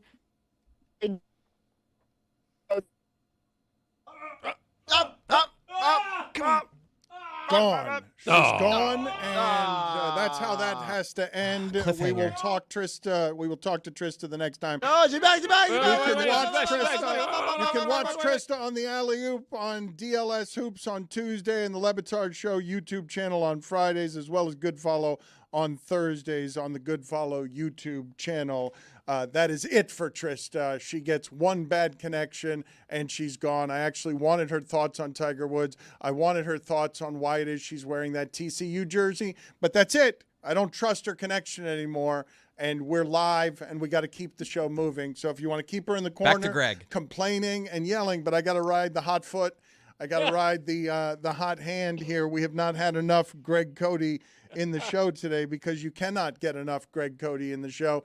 Zaslow, his nemesis, is not in this week because allegedly he's skiing, and he has said that he would send us videos of him skiing, but I'm pretty sure that Zaslow, who knows nothing about the winter, does not know how to dress for the winter. I'm guessing he hasn't sent any videos because he has failed to realize that there are some times that you can go to a place to ski and not check the weather and realize that there's not snow there. And I'm guessing that's what's happened to Zaslow here because he wanted to be a part of the show this week. He was going to send videos. He hasn't sent videos, and I'm guessing it's because he's ashamed because he has failed at skiing. He has chosen a resort community that does not have snow. Went on a ski trip. He can't ski. He's not a skier, Zaslow. That is a Come funny on. visual, him skiing. It is. It's an impossible video. Zaslow's the kind of guy who would buy the outfit. He's the kind of guy. Rent skis and take a photo of himself on the ski lift. Are you profiling? And never ski. I'm pretty sure he does ski. I think No that's chance. why he was going. He's not a skier. No chance. Is he got a big ass head? I'm with Dan. He has regularly through the years skied. Well, it's probably a fake. So what are you doing? You're profiling him based on just looking at him? You're saying that he can't be a skier because I'm pretty sure if you go on a skiing vacation. Now, maybe I've got this wrong because I think most skiers know to check the weather before they go on a skiing vacation. So maybe he is a real amateur here because it's a foolish thing to do, to plan a ski trip at a time that's the beginning of spring when maybe some parts of the country don't have the kind of snow that you want in the criticize mountains. people that book a trip to Miami and then it's raining? Like, you book these things months out. You hope the weather. I go to wine country. It doesn't make me a vintner. You know, I don't know what that has to. Just because he goes to where there's skiing. So what's the allegation you're making? He's not a skier. Okay. The fraud. Yeah. So you think that Zaslow went on a ski vacation, but is not a skier, was just going to meander around the resort. Be photographed on the slope. Near the muffins. Right. But, okay, we'll find Yeah. out. He's drinking a hot toddy in the lodge, that guy. Near the muffins. In the lodge. A hot toddy. He's having a hot chocolate in the muffin. He's there to put on the ski cap and to go and get the hot chocolate and the muffin in the lodge and to take a couple of photos to show everyone in South Florida that he's skiing when, as college football's expert for ESPN Radio, he travels to cold weather places and does not have the clothes because he's been dressed like a beach bum for as long as I've known him. And there it is, right? Like, that lays out why it's preposterous that he's a skier. He doesn't even own a jacket. Come on, man. Yeah. What, he's been skiing in T-shirts and shorts his whole life? Get out of here. The guy's a fraud. Zagaki. He is somebody who dresses like it's always spring break. He does not have the clothing in his closet to go to Wisconsin for a college football game, but he was doing that this season. I just want, for the record, what the accusation is because why would you go on a ski vacation if you weren't going to ski? That sounds dumb. Why? I mean, I'm sure he probably wanted to ski, but the way that your favorite topic is global warming or whatever, there wasn't enough snow. My dad went to Colorado and just did a bunch of gummies. There you go. I mean, maybe that's a whole different story. You're the kind of guy, though. I am the kind of guy. Wait a minute. You're a guy who does gummies since when? Well, when in Rome. I mean, when in Denver. This was back when Colorado was like the only spot you could go. What? Since when do you? I have not heard any of these stories, and to date, Mad Dog Russo is the only one who has crossed the journalistic bridge too far of I do gummies while it is that I'm watching sporting events. I did not know that Greg Cody was a gummy user. Now we're here. It requires some follow-up questions. Well, back then, you walk into everything's legal there. I mean, I didn't do anything illegal. I'm walking into a place, one of those places, and dispensary. A dispensary, and I buy a little tube of gummies. Did you do it correctly? What was Greg Cody's riding high experience on gummies? I will say that it was. Dan, he put him up his ass. Yeah, No, he didn't do it right. He didn't do them correctly. No, did he do too much? He was handed gummies, and he's like, I know how to take a gummy, believe me. Okay, listen. Why was the question? The reason I am asking the question, I thought I had told you guys this story, and I I have just heard a number of different stories like the one I'm about to tell you. Okay, I made the classic rookie mistake of Went in for another one. this gummy's not doing anything. It didn't work. Let me have another one. Not understanding the first time that I was doing this, that you should be waiting 40 or 45 minutes. So when I asked the question of did you do it correctly, it's not because I thought that Greg Cody arrived at the dispensary and then decided to try the gummy anally. No. While I enjoyed you guys pantomiming the idea of putting a thermometer up your butt, no, it's not because I thought Greg Cody No, had it was the actual gummy that they were putting up, not a thermometer. Whoa! Sour. In fairness, the tube of gummies did not come with directions. Okay, it's just like the. It is not an unreasonable question for me to ask if Greg Cody's first experience, or if this was his first experience with gummies, was something that he had done incorrectly and might birth a funny story. Yeah, you just said it strangely. I do think, unless you're around people that had bad first-time experiences and coach you along the way, take this much. Most people kind of overdo it their first time. Well, I know I did. I took advantage of my uncommonly large nostrils by trying to snort the gummy. That didn't work. Okay, that didn't work. And so then what I did, this is a true story. I took Not the snorting part. I took a gum. No, not that. I took a gummy. Let him cook. I took a gummy, and like you, I thought it would be instant. It wasn't instant. I popped another gummy. We're going to dinner about an hour after that, and let's put it this way.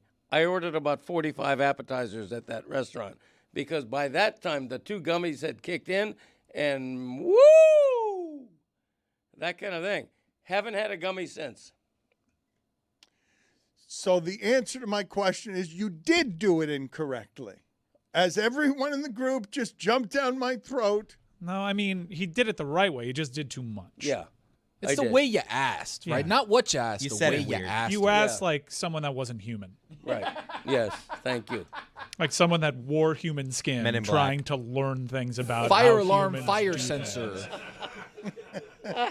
I'm just wearing human skin. Aren't we all? Put it on the poll at Le Batard Show.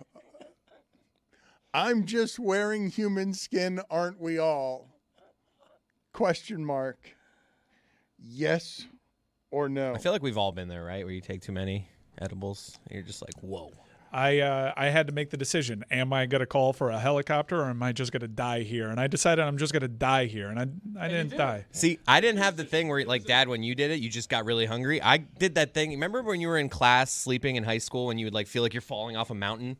Yeah. Like, where you're sleeping in class and all of a sudden you think you're falling? That kept happening to me. I was sitting at my father-in-law's movie premiere, and I was just and I just kept feeling like I was falling out of my chair. This was 3 months ago. Don't do gummies or any edibles on an island. That's only accessible by boat. I really thought that somebody was going to ask the follow-up, why would you have needed a helicopter? I thought somebody might have the question when you volunteered it, and I thought everyone had heard perhaps that you already had said you were on an island? No, it was a hoity-toity resort in the Keys that's accessible by boat. There's no bridges there. So if you were to get immediate attention, you would need a helicopter to come in. And I didn't want to be that guy on account of MJF gave me this chocolate bar that was way too strong. I just want you picture-in-picture to look at the video that they keep putting up there of what it is that you were doing. I didn't give permission for that. No, that's not. No, that's not right. That's the last time I try to help you guys with sight gags.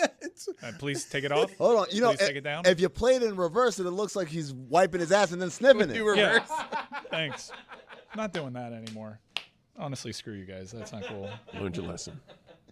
All because Dan said something weird. And I was trying to, make chicken salad. I just heard, shouted, and it sounded like somebody desperately holding on to a buoy at sea against waves where he was about to drown. But far away from a microphone, I just heard Lewis scream, "We're efforting!" The reversal of that video to make it look like you just wiped your butt and then put it up to your nose So there is a complete panic now in the other room where video wastes a great deal of time and money, and we have blown through the clocks because we have to finish this segment on the visual joke of Mike reversing the video so that it looks like, and I don't trust video when they yell, "We're efforting," and it sounds like they're lost at sea.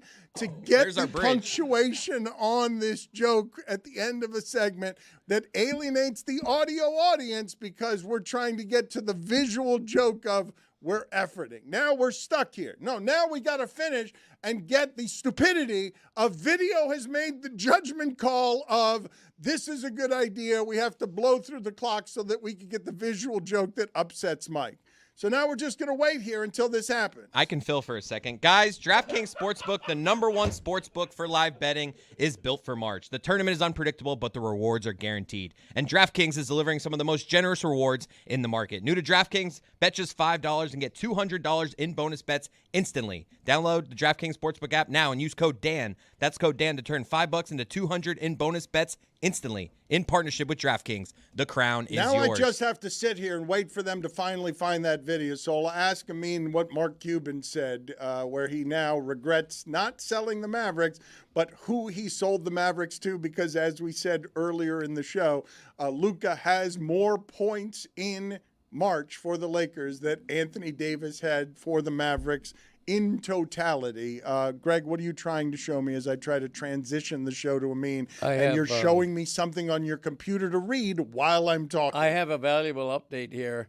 I just Googled the phrase, will a marijuana gummy taken anally produce an effect? The answer is yes. A marijuana gummy taken rectally will produce an effect, but it will likely be different from eating it, with a higher rate of absorption, 50 to 70% efficiency, and a faster onset, usually within 10 to 15 minutes. So a suppository. That kind of thing.